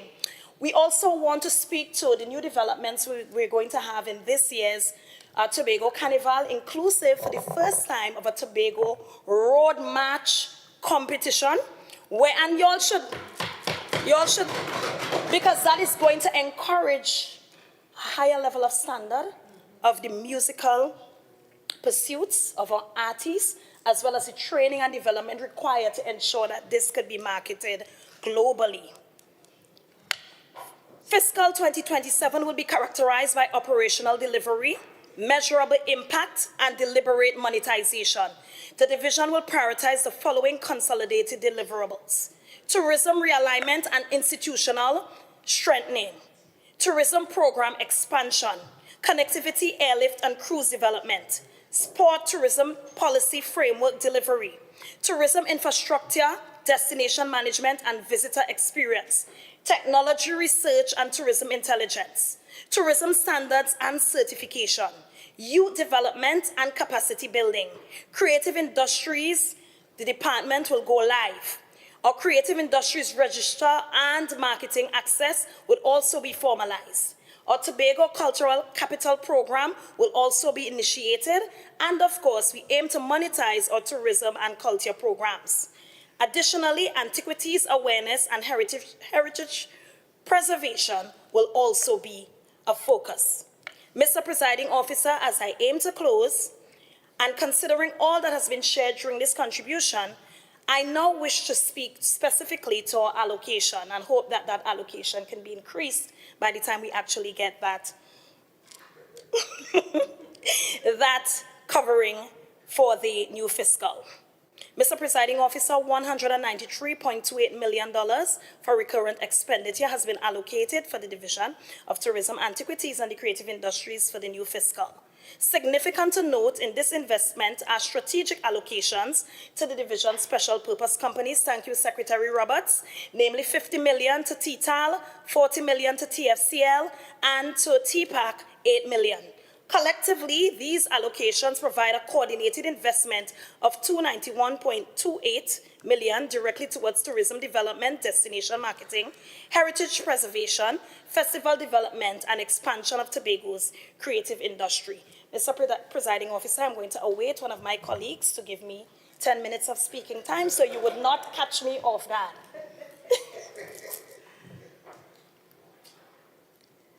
Mr. Presiding Officer, I would like to request additional speaking time for the member for Bethesda, Legislature, to continue to give us that potency in her contribution.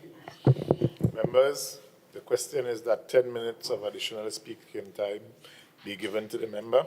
All in favor, say aye. Aye. Any against? The ayes have it. Thank Member, you, colleagues. I'm winding down now. Member. I'll make best use. Thank you. You may continue. Mr. Presiding Officer, again, as a former leader in the division I now lead, I know that you would oblige to these requests. Mr. Presiding Officer, these investments that I've spoken about above are expected to increase destination competitiveness, improve tourism governance, strengthen visitor arrivals and visitor expenditure, expand connectivity, improve tourism product quality and standards, enhance tourism infrastructure, strengthen our visibility and branding, which is extremely important, generate additional employment and entrepreneurial opportunities.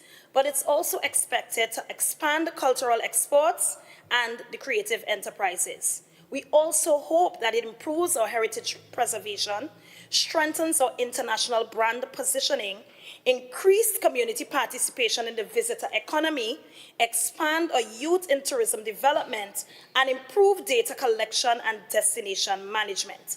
Taken together, Mr. Presiding Officer, these investments represent an integrated tourism and creative economy strategy, where the division provides policy leadership and governance.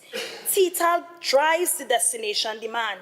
TFCL strengthens our festival economy, and TPAC develops the cultural capital that distinguishes Tobago in an increasingly competitive global tourism marketplace. Mr. Presiding Officer, Tobago is entering a new season of tourism and creative development. This is a season in which our natural beauty must be matched by stronger systems. Our culture must be matched by stronger markets. Our heritage must be matched by stronger safeguards. And our ambition must be matched by measurable results. Through community tourism, through airlift development, through sport tourism, through infrastructure upgrades, through destination standards, through digital transformation, through youth development, through heritage preservation, and through creative monetization.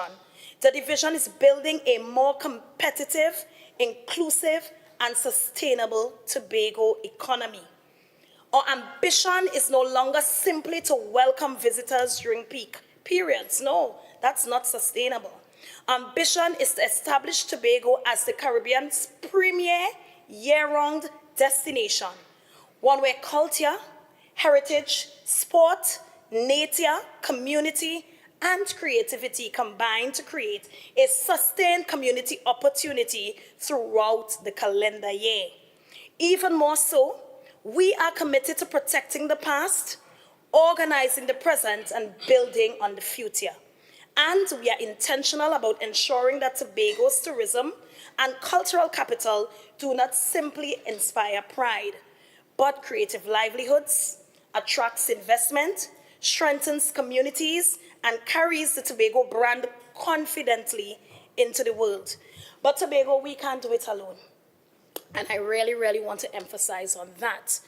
Tourism is one of the industries that you can have your actual public play a major role, where the government just becomes the facilitator. And I'm seeing more and more where the THA is expected to do everything.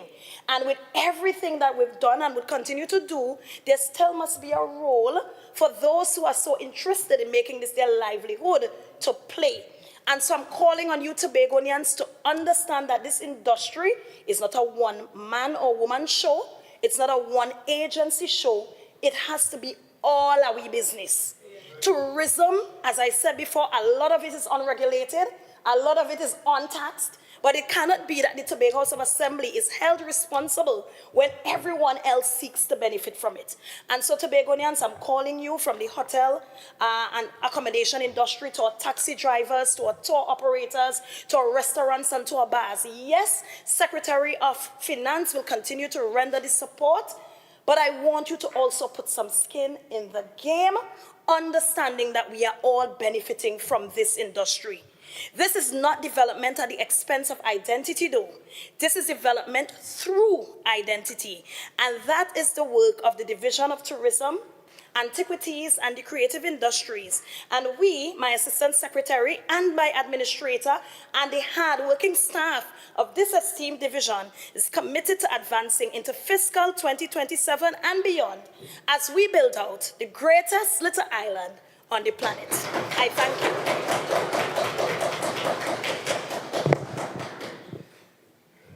Wow, all the way over there. Member for Plymouth Blackrock, you may now join the debate.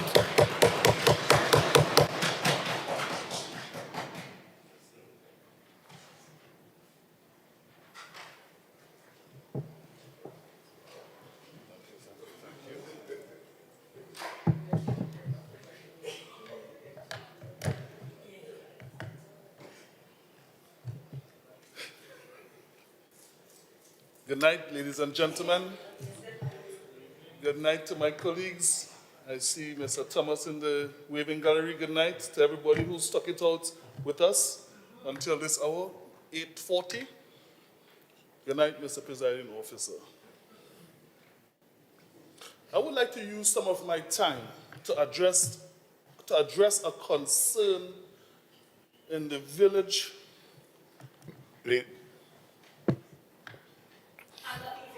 Okay. All right. Mr. Presiding Officer, I would like to use some of my time to address a a very negative concern in my, do you need to hold on a little bit more? Go ahead. To address a concern in my district. It is something that is egregious and it is unacceptable what transpired in the village, in the district that raised me and the people who put their trust in me to represent them. The videos that I look at seeing Batman Robin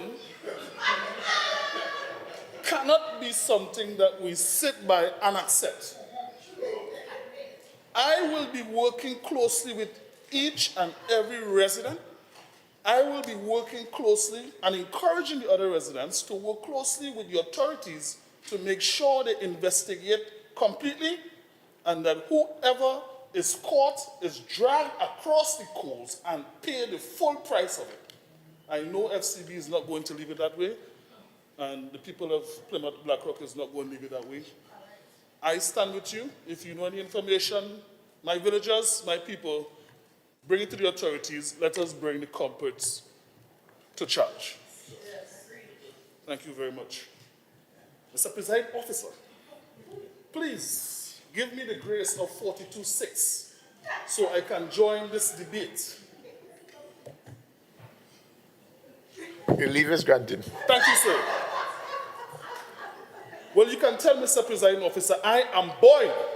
And I think that's the reason why they put me so late in this speech, you know.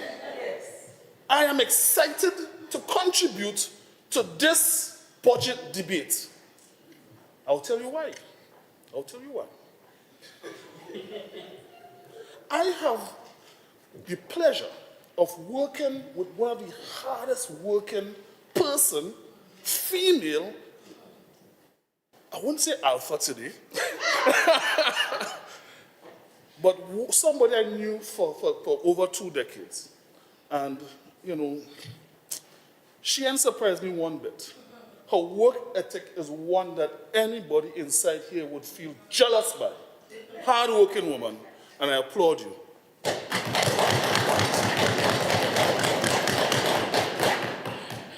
It is both a privilege and an honor to stand in this esteemed chamber to represent the people of Plymouth Blackrock, whose trust and confidence have afforded me the opportunity I have here today to present to you. I extend my heartfelt appreciation to the electoral district and reaffirm my commitment to advancing their interests and aspirations. Through you, Mr. Presiding Officer, please allow me to give Jack his jacket. In this case, let me give the Chief Secretary, Mr. Augustine, his accolades. The Chief Secretary, in a very short space of time, have put forward a team that took all 15 seats in the last election. He has spearheaded the strategic blueprint for Tobago and set the stage for Tobago to step into the future with confidence, prosperity, and sustainability. I thank you for your visionary leadership, Mr. Chief, and for the confidence you have placed in me as the Assistant Secretary in the Division of Finance, Trade, and the Economy. And I accept your trust with both honor and responsibility. My contribution today will focus primarily on my responsibilities as the Assistant Secretary and as the elected Assembly member of my district, Plymouth Blackrock. Again, from the onset, I must say, Secretary Roberts, Councillor Roberts, what an amazing budget. I think it's one of the best budgets I've seen in a very long time. It did not only allocated money in places, it explained to you why we put it there. Yes. You could see from a distance, from the top to the bottom, the strategic goals this administration is trying to achieve. And the Secretary have eloquently explained it to all of us. Thank you. Mr. Presiding Officer, one of the hallmarks of this budget process is one which I am extremely proud of. It was inclusive and consultative. It allowed everybody who has an idea to contribute to the budget. We had over 110 people submitting on an online platform. We ever heard that before? We sat and consulted with stakeholders, both internal and external. We took each and every input seriously, and we considered it with care and consideration. That's why the budget's so good. It's not what the Secretary Roberts came up with, it's not what I come up with, it's not what Mr. Anselm Richard and Dr. Hazel, they work assiduously. The technical team, they work assiduously. That's not what we come up with, you know. We took the data and we put it and present it in a way where everybody in Tobago will feel comfortable and good by what's in the budget. So if you hear somebody, I realize I didn't ask much questions the last time when we had the press conference, you know, because everybody was able to input, so they know what was in the budget. It was an open consultation. Very good budget. Presiding officer, Mr. Presiding Officer, the theme of this year's budget, results-based governance, a pathway to prosperity, had its genesis in the strategic development planning pathway and the blueprint. And it could not be more fitting. I am reminded of the familiar adage, the proof of the pudding is in the eating. In other words, outcomes matter. Results-based governance does not promise that every outcome will be immediate, for some challenges are deep-rooted and will require sustained effort over time. What it does promise, however, is that the process will be honest, measurable, and accountable. Mr. Presiding Officer, it is quite noteworthy that the budget caters extensively for entrepreneurial development, reflecting on unwavering commitment for fostering a dynamic and resilient private sector.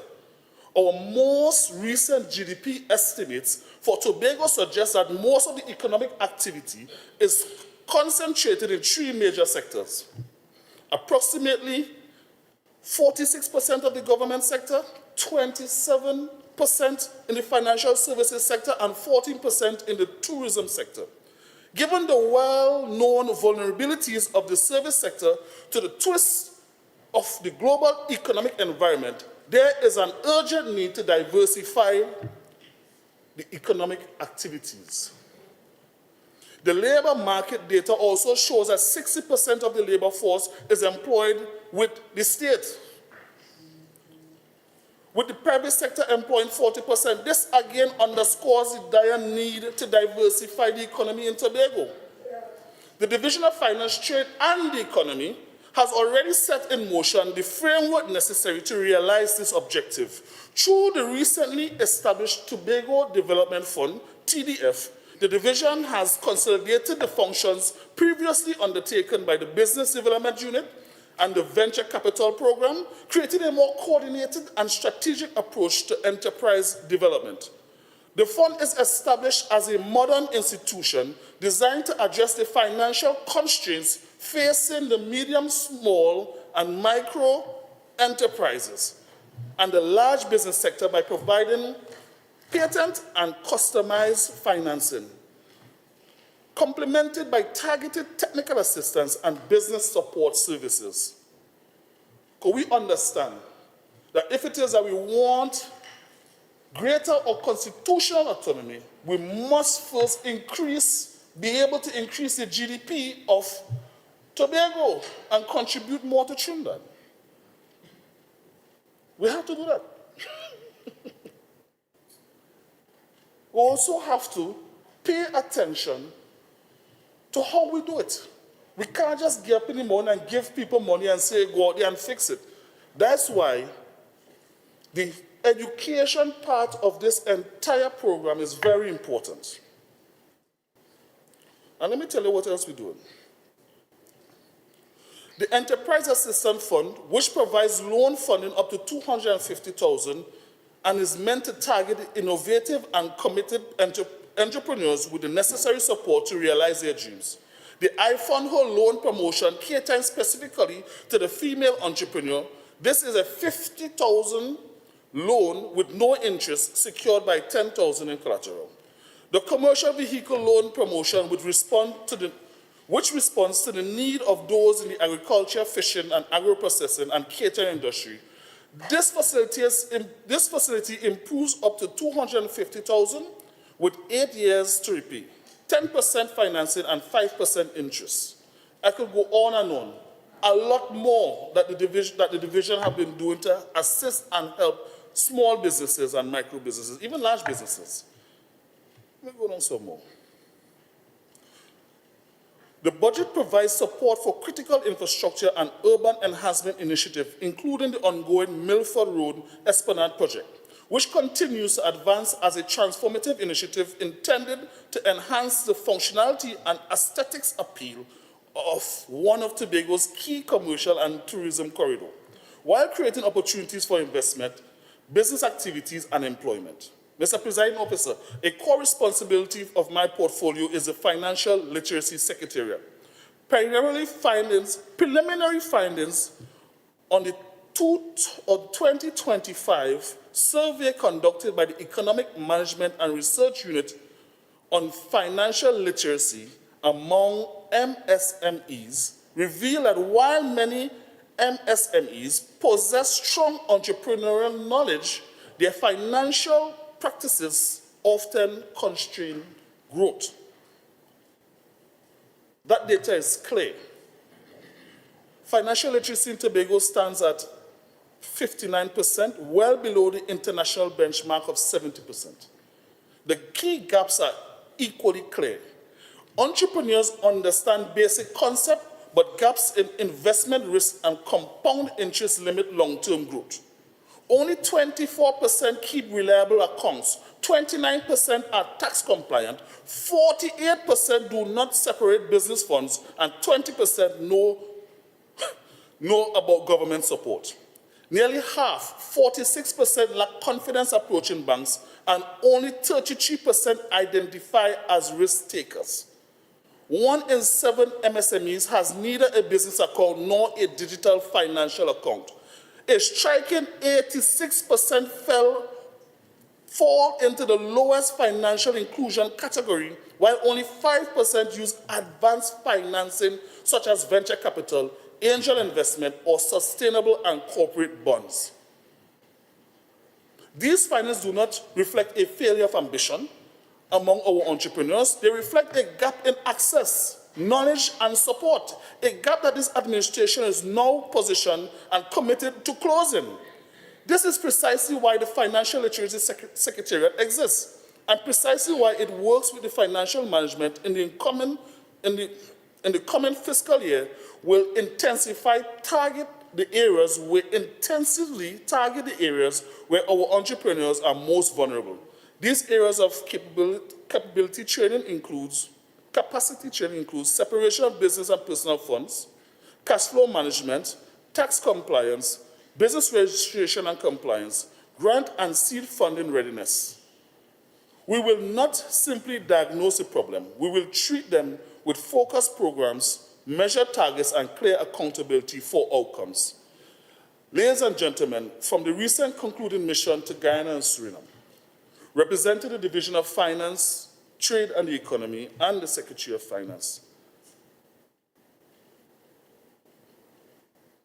we have already started having some serious discussions. With Global TT, Exim Bank, and a couple of other of the agencies in Trinidad. They are willing to partner with us. They are willing to help us build capacity for the Tobagonians. But we can't always depend on them. We have to start buying our local goods, helping them to be able to scale. So allow them to scale between Tobago to Trinidad, Trinidad to Barbados, and then the wider region, and then internationally. Most times that we send them on those training programs or those missions, they are unable to reach the demand of those international agencies. So we have to help them reach that demand and help build our GDP. Mr. Presiding Officer, it would be remiss of me. No, wait, how you stand up?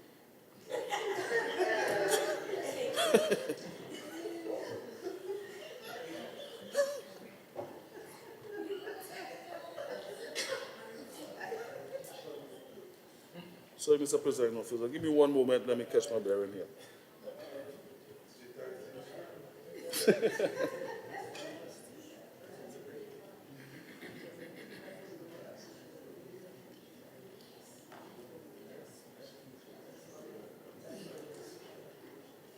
Wow. I am under no illusion that all 5 of these areas will be transformed, could be transformed overnight. What I am committing to is visible, directional progress, movement that citizens and businesses can see and feel. Underpinning all of this is the need for a stronger legislative foundation.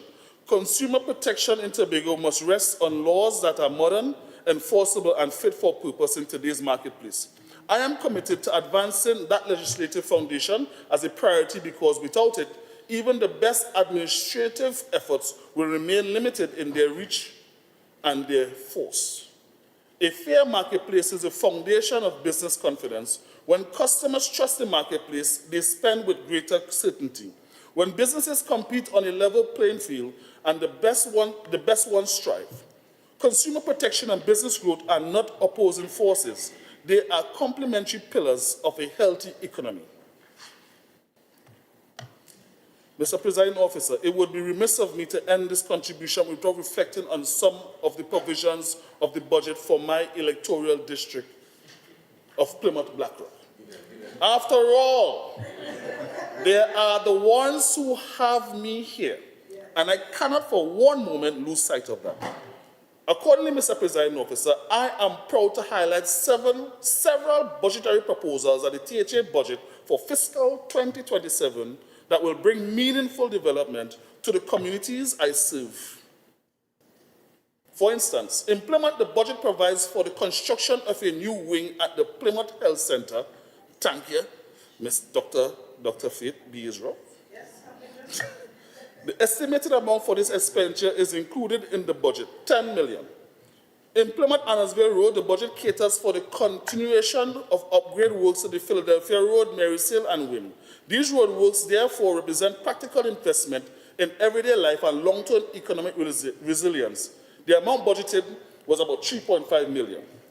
In Corland and Corland Estate and Land Development provide for a myriad of outstanding works that would complete phase 1, including the construction of a drain and retaining wall and remedial work on land at Corland. Outstanding sums owed to the project managers of MTS, funding for the upkeeping the general open area, and payment for security services are also included. The sum of 5 million has been budgeted to meet this expenditure. I have only outlined a few of these projects. Still, I can note that the development is planned for every area in my electoral district, ensuring that progress is shared equally and that no community will be left behind. Mr. Presiding Officer, permit me at this juncture to speak on one of the most pressing challenges facing Tobago, which is the coastal erosion, driven largely by the effects of climate change. This issue is one that I do not address from a distance, but from direct personal witness. In Plymouth, the incomplete seawall has been an open wound in our community for far too long. I have stood at the shorelines and seen what erosion does when it is left unchecked. Steps gone, section of roadway claimed, and homes that was once stood with confidence now sitting in the shadow of an advancing sea. Families in Plymouth are not reading about coastal erosions in reports. They are living it, and they have waited long enough for a serious response. That is why I am heartened that this budget has outlined tangible solutions that extend across the island. Through Tobago's Coastal Adaptation Plan and the 100 million CAF-funded Integrated Coastal Zone Management Program, we are taking decisive action to address shoreline instability. As mentioned by the Secretary in her presentation, including along the coastline of my own district, This is result-based governance. In action, translating policy into practical interventions and directly advance Tobago's pathway to prosperity. I am also aware that the resident watching the shoreline change with every passing season, funding announcement alone will not be enough. I commit to keeping these communities informed as the planning, design, and implementation phase progresses. Mr. Presiding Officer, as I bring my contribution to a close, I wish to reiterate what this budget means to me, not only as an Assistant Secretary, but as a newly elected representative who made commitments to real people in real communities. This budget is a clear, bold, comprehensive statement of what this administration believes Tobago deserves. An economy that grows with fairness, governance that delivers with accountability, communities that are supported with intention, and citizens who are protected, empowered, and heard. The work ahead will not always be easy. Results-based governance demands more than good intention. It demands honest measurement and the courage to be held accountable for outcomes. This is a standard I welcome wholeheartedly.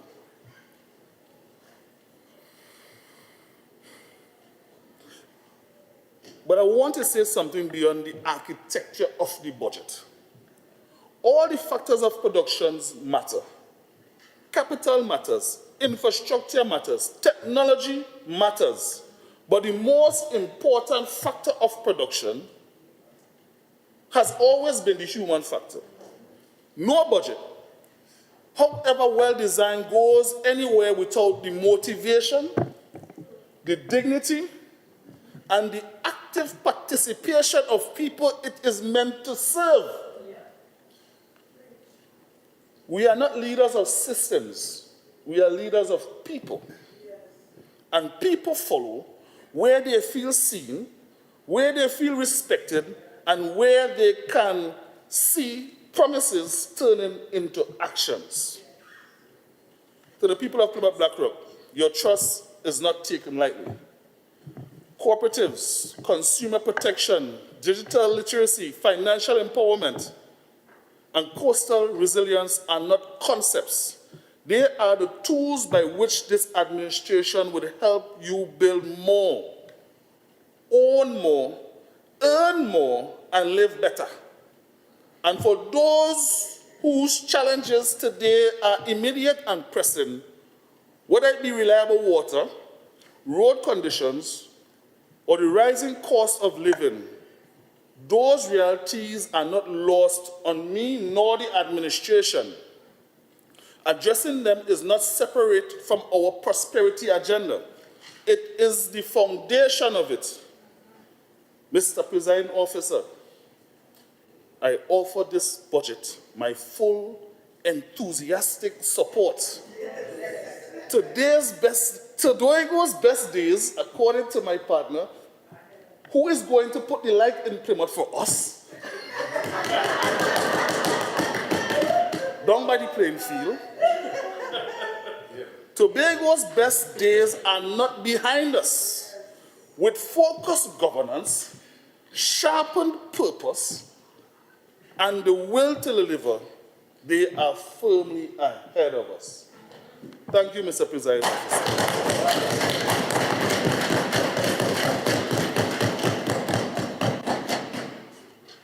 Councillor Roberts, Secretary of Finance, Trade and the Economy.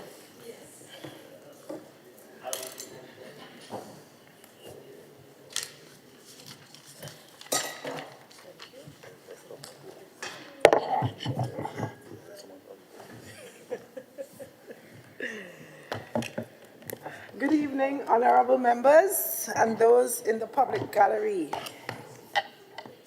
And also to you, special good evening, Mr. Presiding Officer. With your leave and in accordance with Standing Order 42.6, I seek your permission to read excerpts of my statement. Sir? Proceed. Why are you looking so confused? Why are you looking so confused?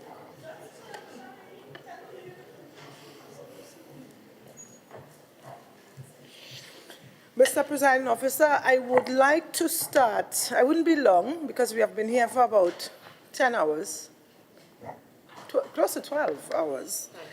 But it would be remiss of me if I do not once again express my support and prayers to my colleague who I miss very dearly today from both the budget day and today our budget debate. And to Secretary Ian Whitey Pollard, if you are listening, I just want you to know that we miss you dearly and we are praying for your full and speedy recovery. Let me first also acknowledge our leader, the Honorable Chief Secretary Farley Chavez Augustine, whose contribution was clear, measurable, and it was comprehensive, and whose passion set the tone for the entire budget response. I also want to extend my profound gratitude to him for the confidence that he has placed in me to steward what he aptly describes as the heart of the Tobago House of Assembly, the Division of Finance and the Economy. And I continue to accept this responsibility with pride, humility, and steadfast commitment. I want to thank sincerely again my colleagues who have endorsed today. I saw full endorsement and support for the budget presentation and the budget that was set for fiscal 2027. And I want to express special gratitude and appreciation to the Assistant Secretary of Finance tonight, because I have vested in him responsibilities for which if I had to do it all, I don't know how I would have made it today. And he mentioned it in his contribution. He has some mandates under his remit: consumer affairs, cooperatives, financial literacy. He has to take control of digitization and technology advancement in the Division of Finance. And he has also represented me in Panama and on a trade mission to Guyana and Suriname, for which I'm deeply grateful. So, Assistant Secretary, Assemblymember Colonel Alexis, I'm deeply grateful for your support and your representation. The process for the budget was extremely demanding. It was meticulous. It was very labor-intensive and very calculated. Every single night, or every single day, I went home in the wee hours of the morning for about approximately 2 weeks. And again, if it weren't for Assistant Secretary, I wouldn't have the opportunity to do that quite well without feeling a sense of lethargy and a sense of wanting to give up. So I again say heartfelt thank you. I listened to all the contributions from my colleagues, from the Chief Secretary and my colleagues, and I recognize that they were well-researched, well-articulated, and insightful, and reflected a real understanding of what development demands of Tobago right now. Collectively, all of your contributions and presentations show seriousness, discipline, and vision with which this administration approaches the work of governing. And I am encouraging and admonishing you, my colleagues, to stick with our budget plans, stick to the blueprint, and for the long haul, stick to the strategic development planning pathway, because I am hopeful and I know that we will be here for the next 20 years and beyond. And when I say we, I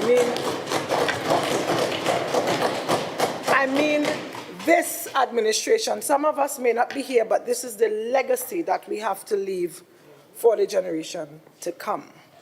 And I want to just repeat and endorse Assemblymember Keegan Denoon for saying, the days ahead of us is what gives us the hope and the aspiration to go. Now, this debate has underscored a fundamental defining truth, that our administration does not view public spending as mere consumption. I want to make an observation. Almost every single member, there was a statement that was made about this budget is not about numbers. It's about an investment. Approximately the majority of us said that, and that is exactly what it is. Instead, we must treat it as a calculated, deliberate investment to insulate Tobago from external volatility. We have to modernize our public service and build a healthy, a highly skilled and prosperous society.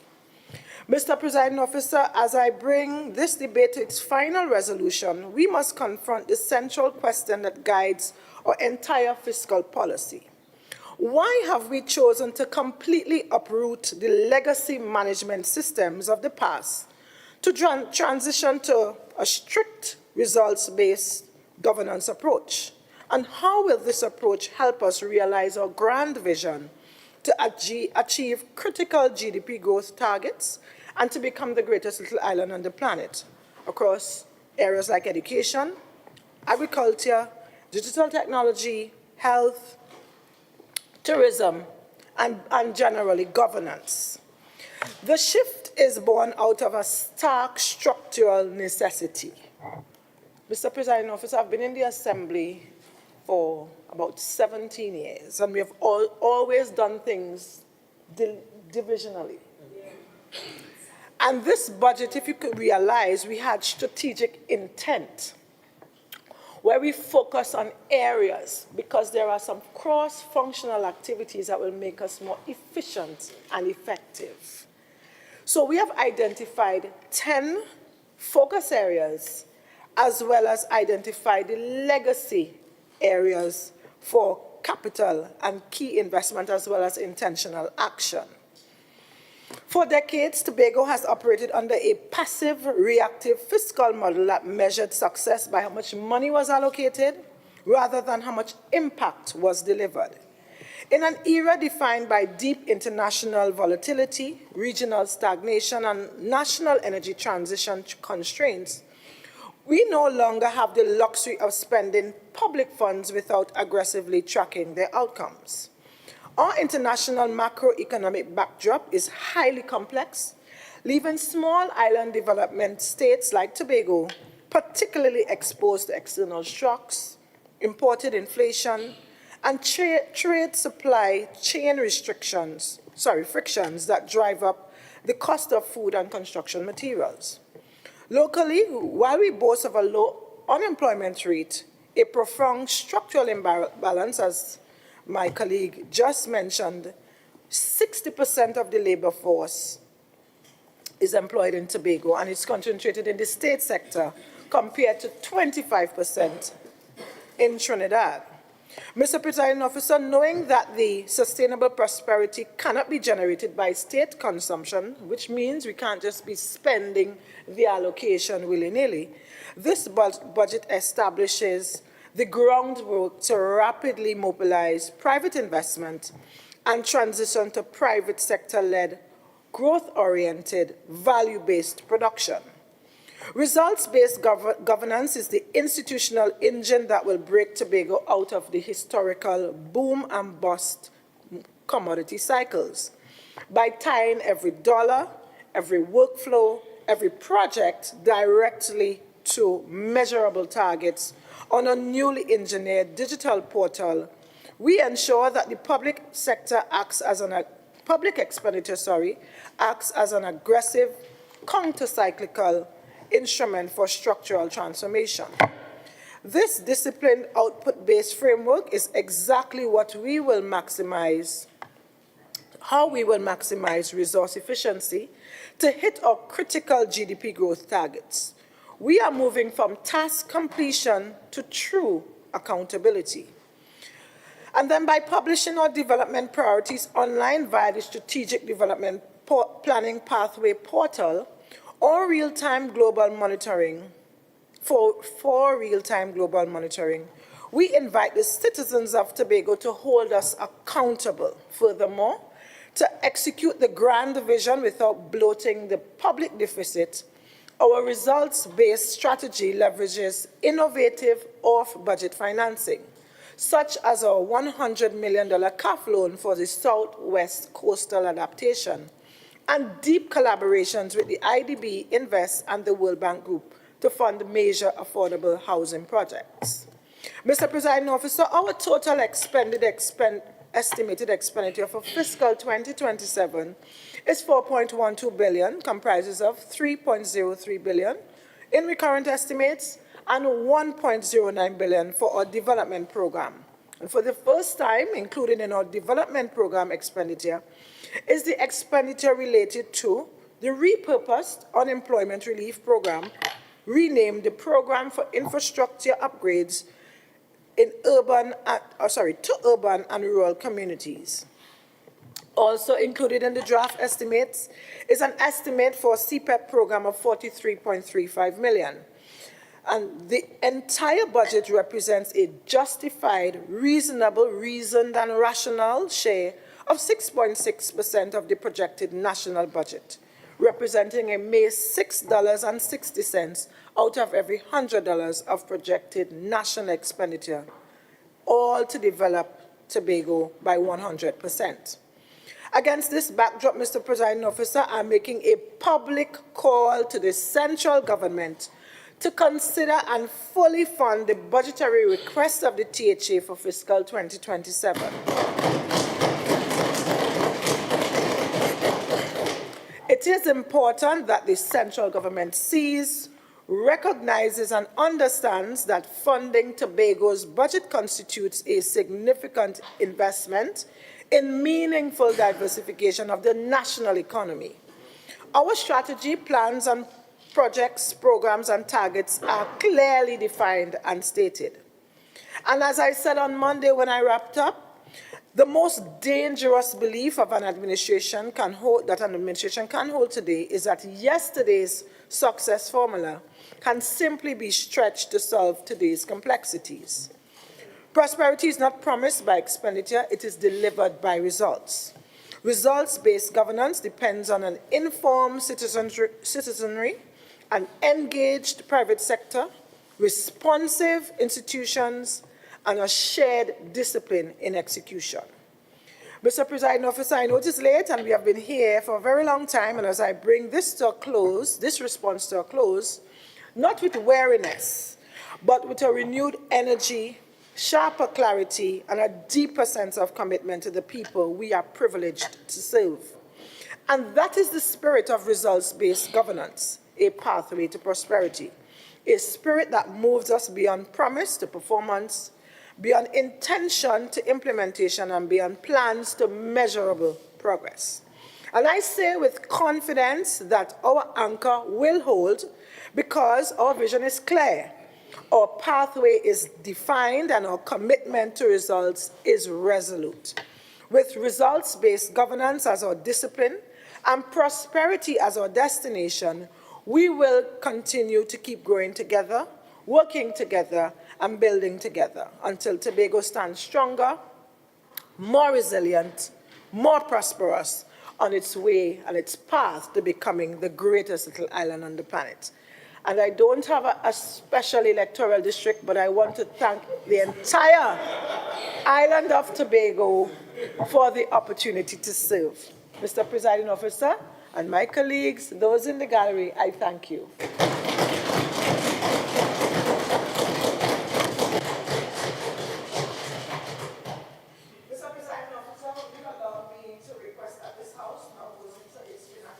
To allow for further deliberations on the draft estimates for the financial year October 2026 to September 30th, 2027.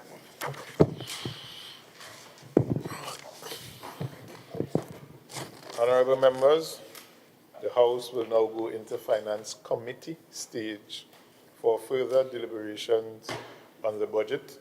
I will now ask all visitors in the gallery to leave the chamber. To our viewing public online, the cameras would be turned off as the House goes into Finance Committee stage. This House is now suspended for closed deliberations.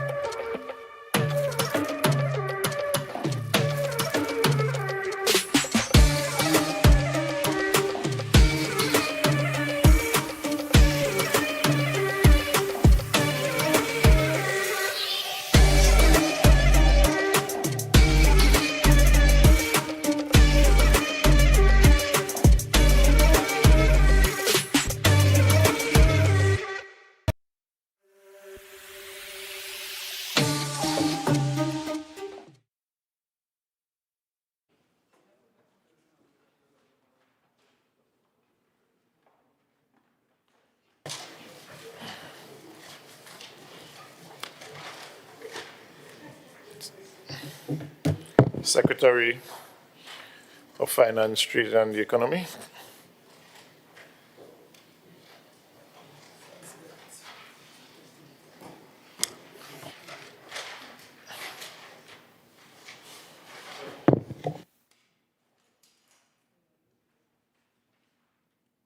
Mr. Presiding Officer, I'm happy to inform that the Finance Committee has met and it was successfully deliberated on, and we have essentially approved the draft estimates of expenditure for Recurrent and Development Program, as well as the CPEP program and the revenues of expenditure for fiscal 2027.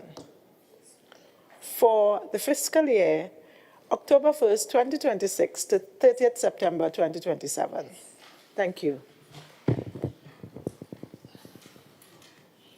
Honorable House, the question put is, be it resolved that this House approve the draft estimates of revenue and expenditure respecting all functions of the Tobago House of Assembly for the financial year October 1st, 2026 to September 30th, 2027, copies of which were laid on the table at an earlier stage of proceedings. Those in favor say aye. Aye. Those against say no. The ayes have it. Motion carried.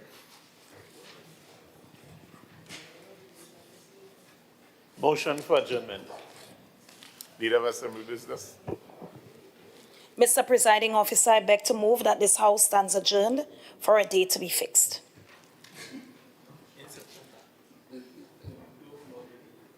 All in favor say aye. Aye.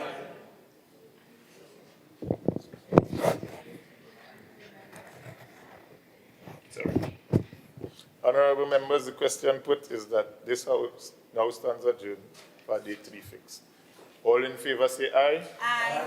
Any against say no. The ayes have it. This House now stands adjourned for a date to be fixed. Thank you.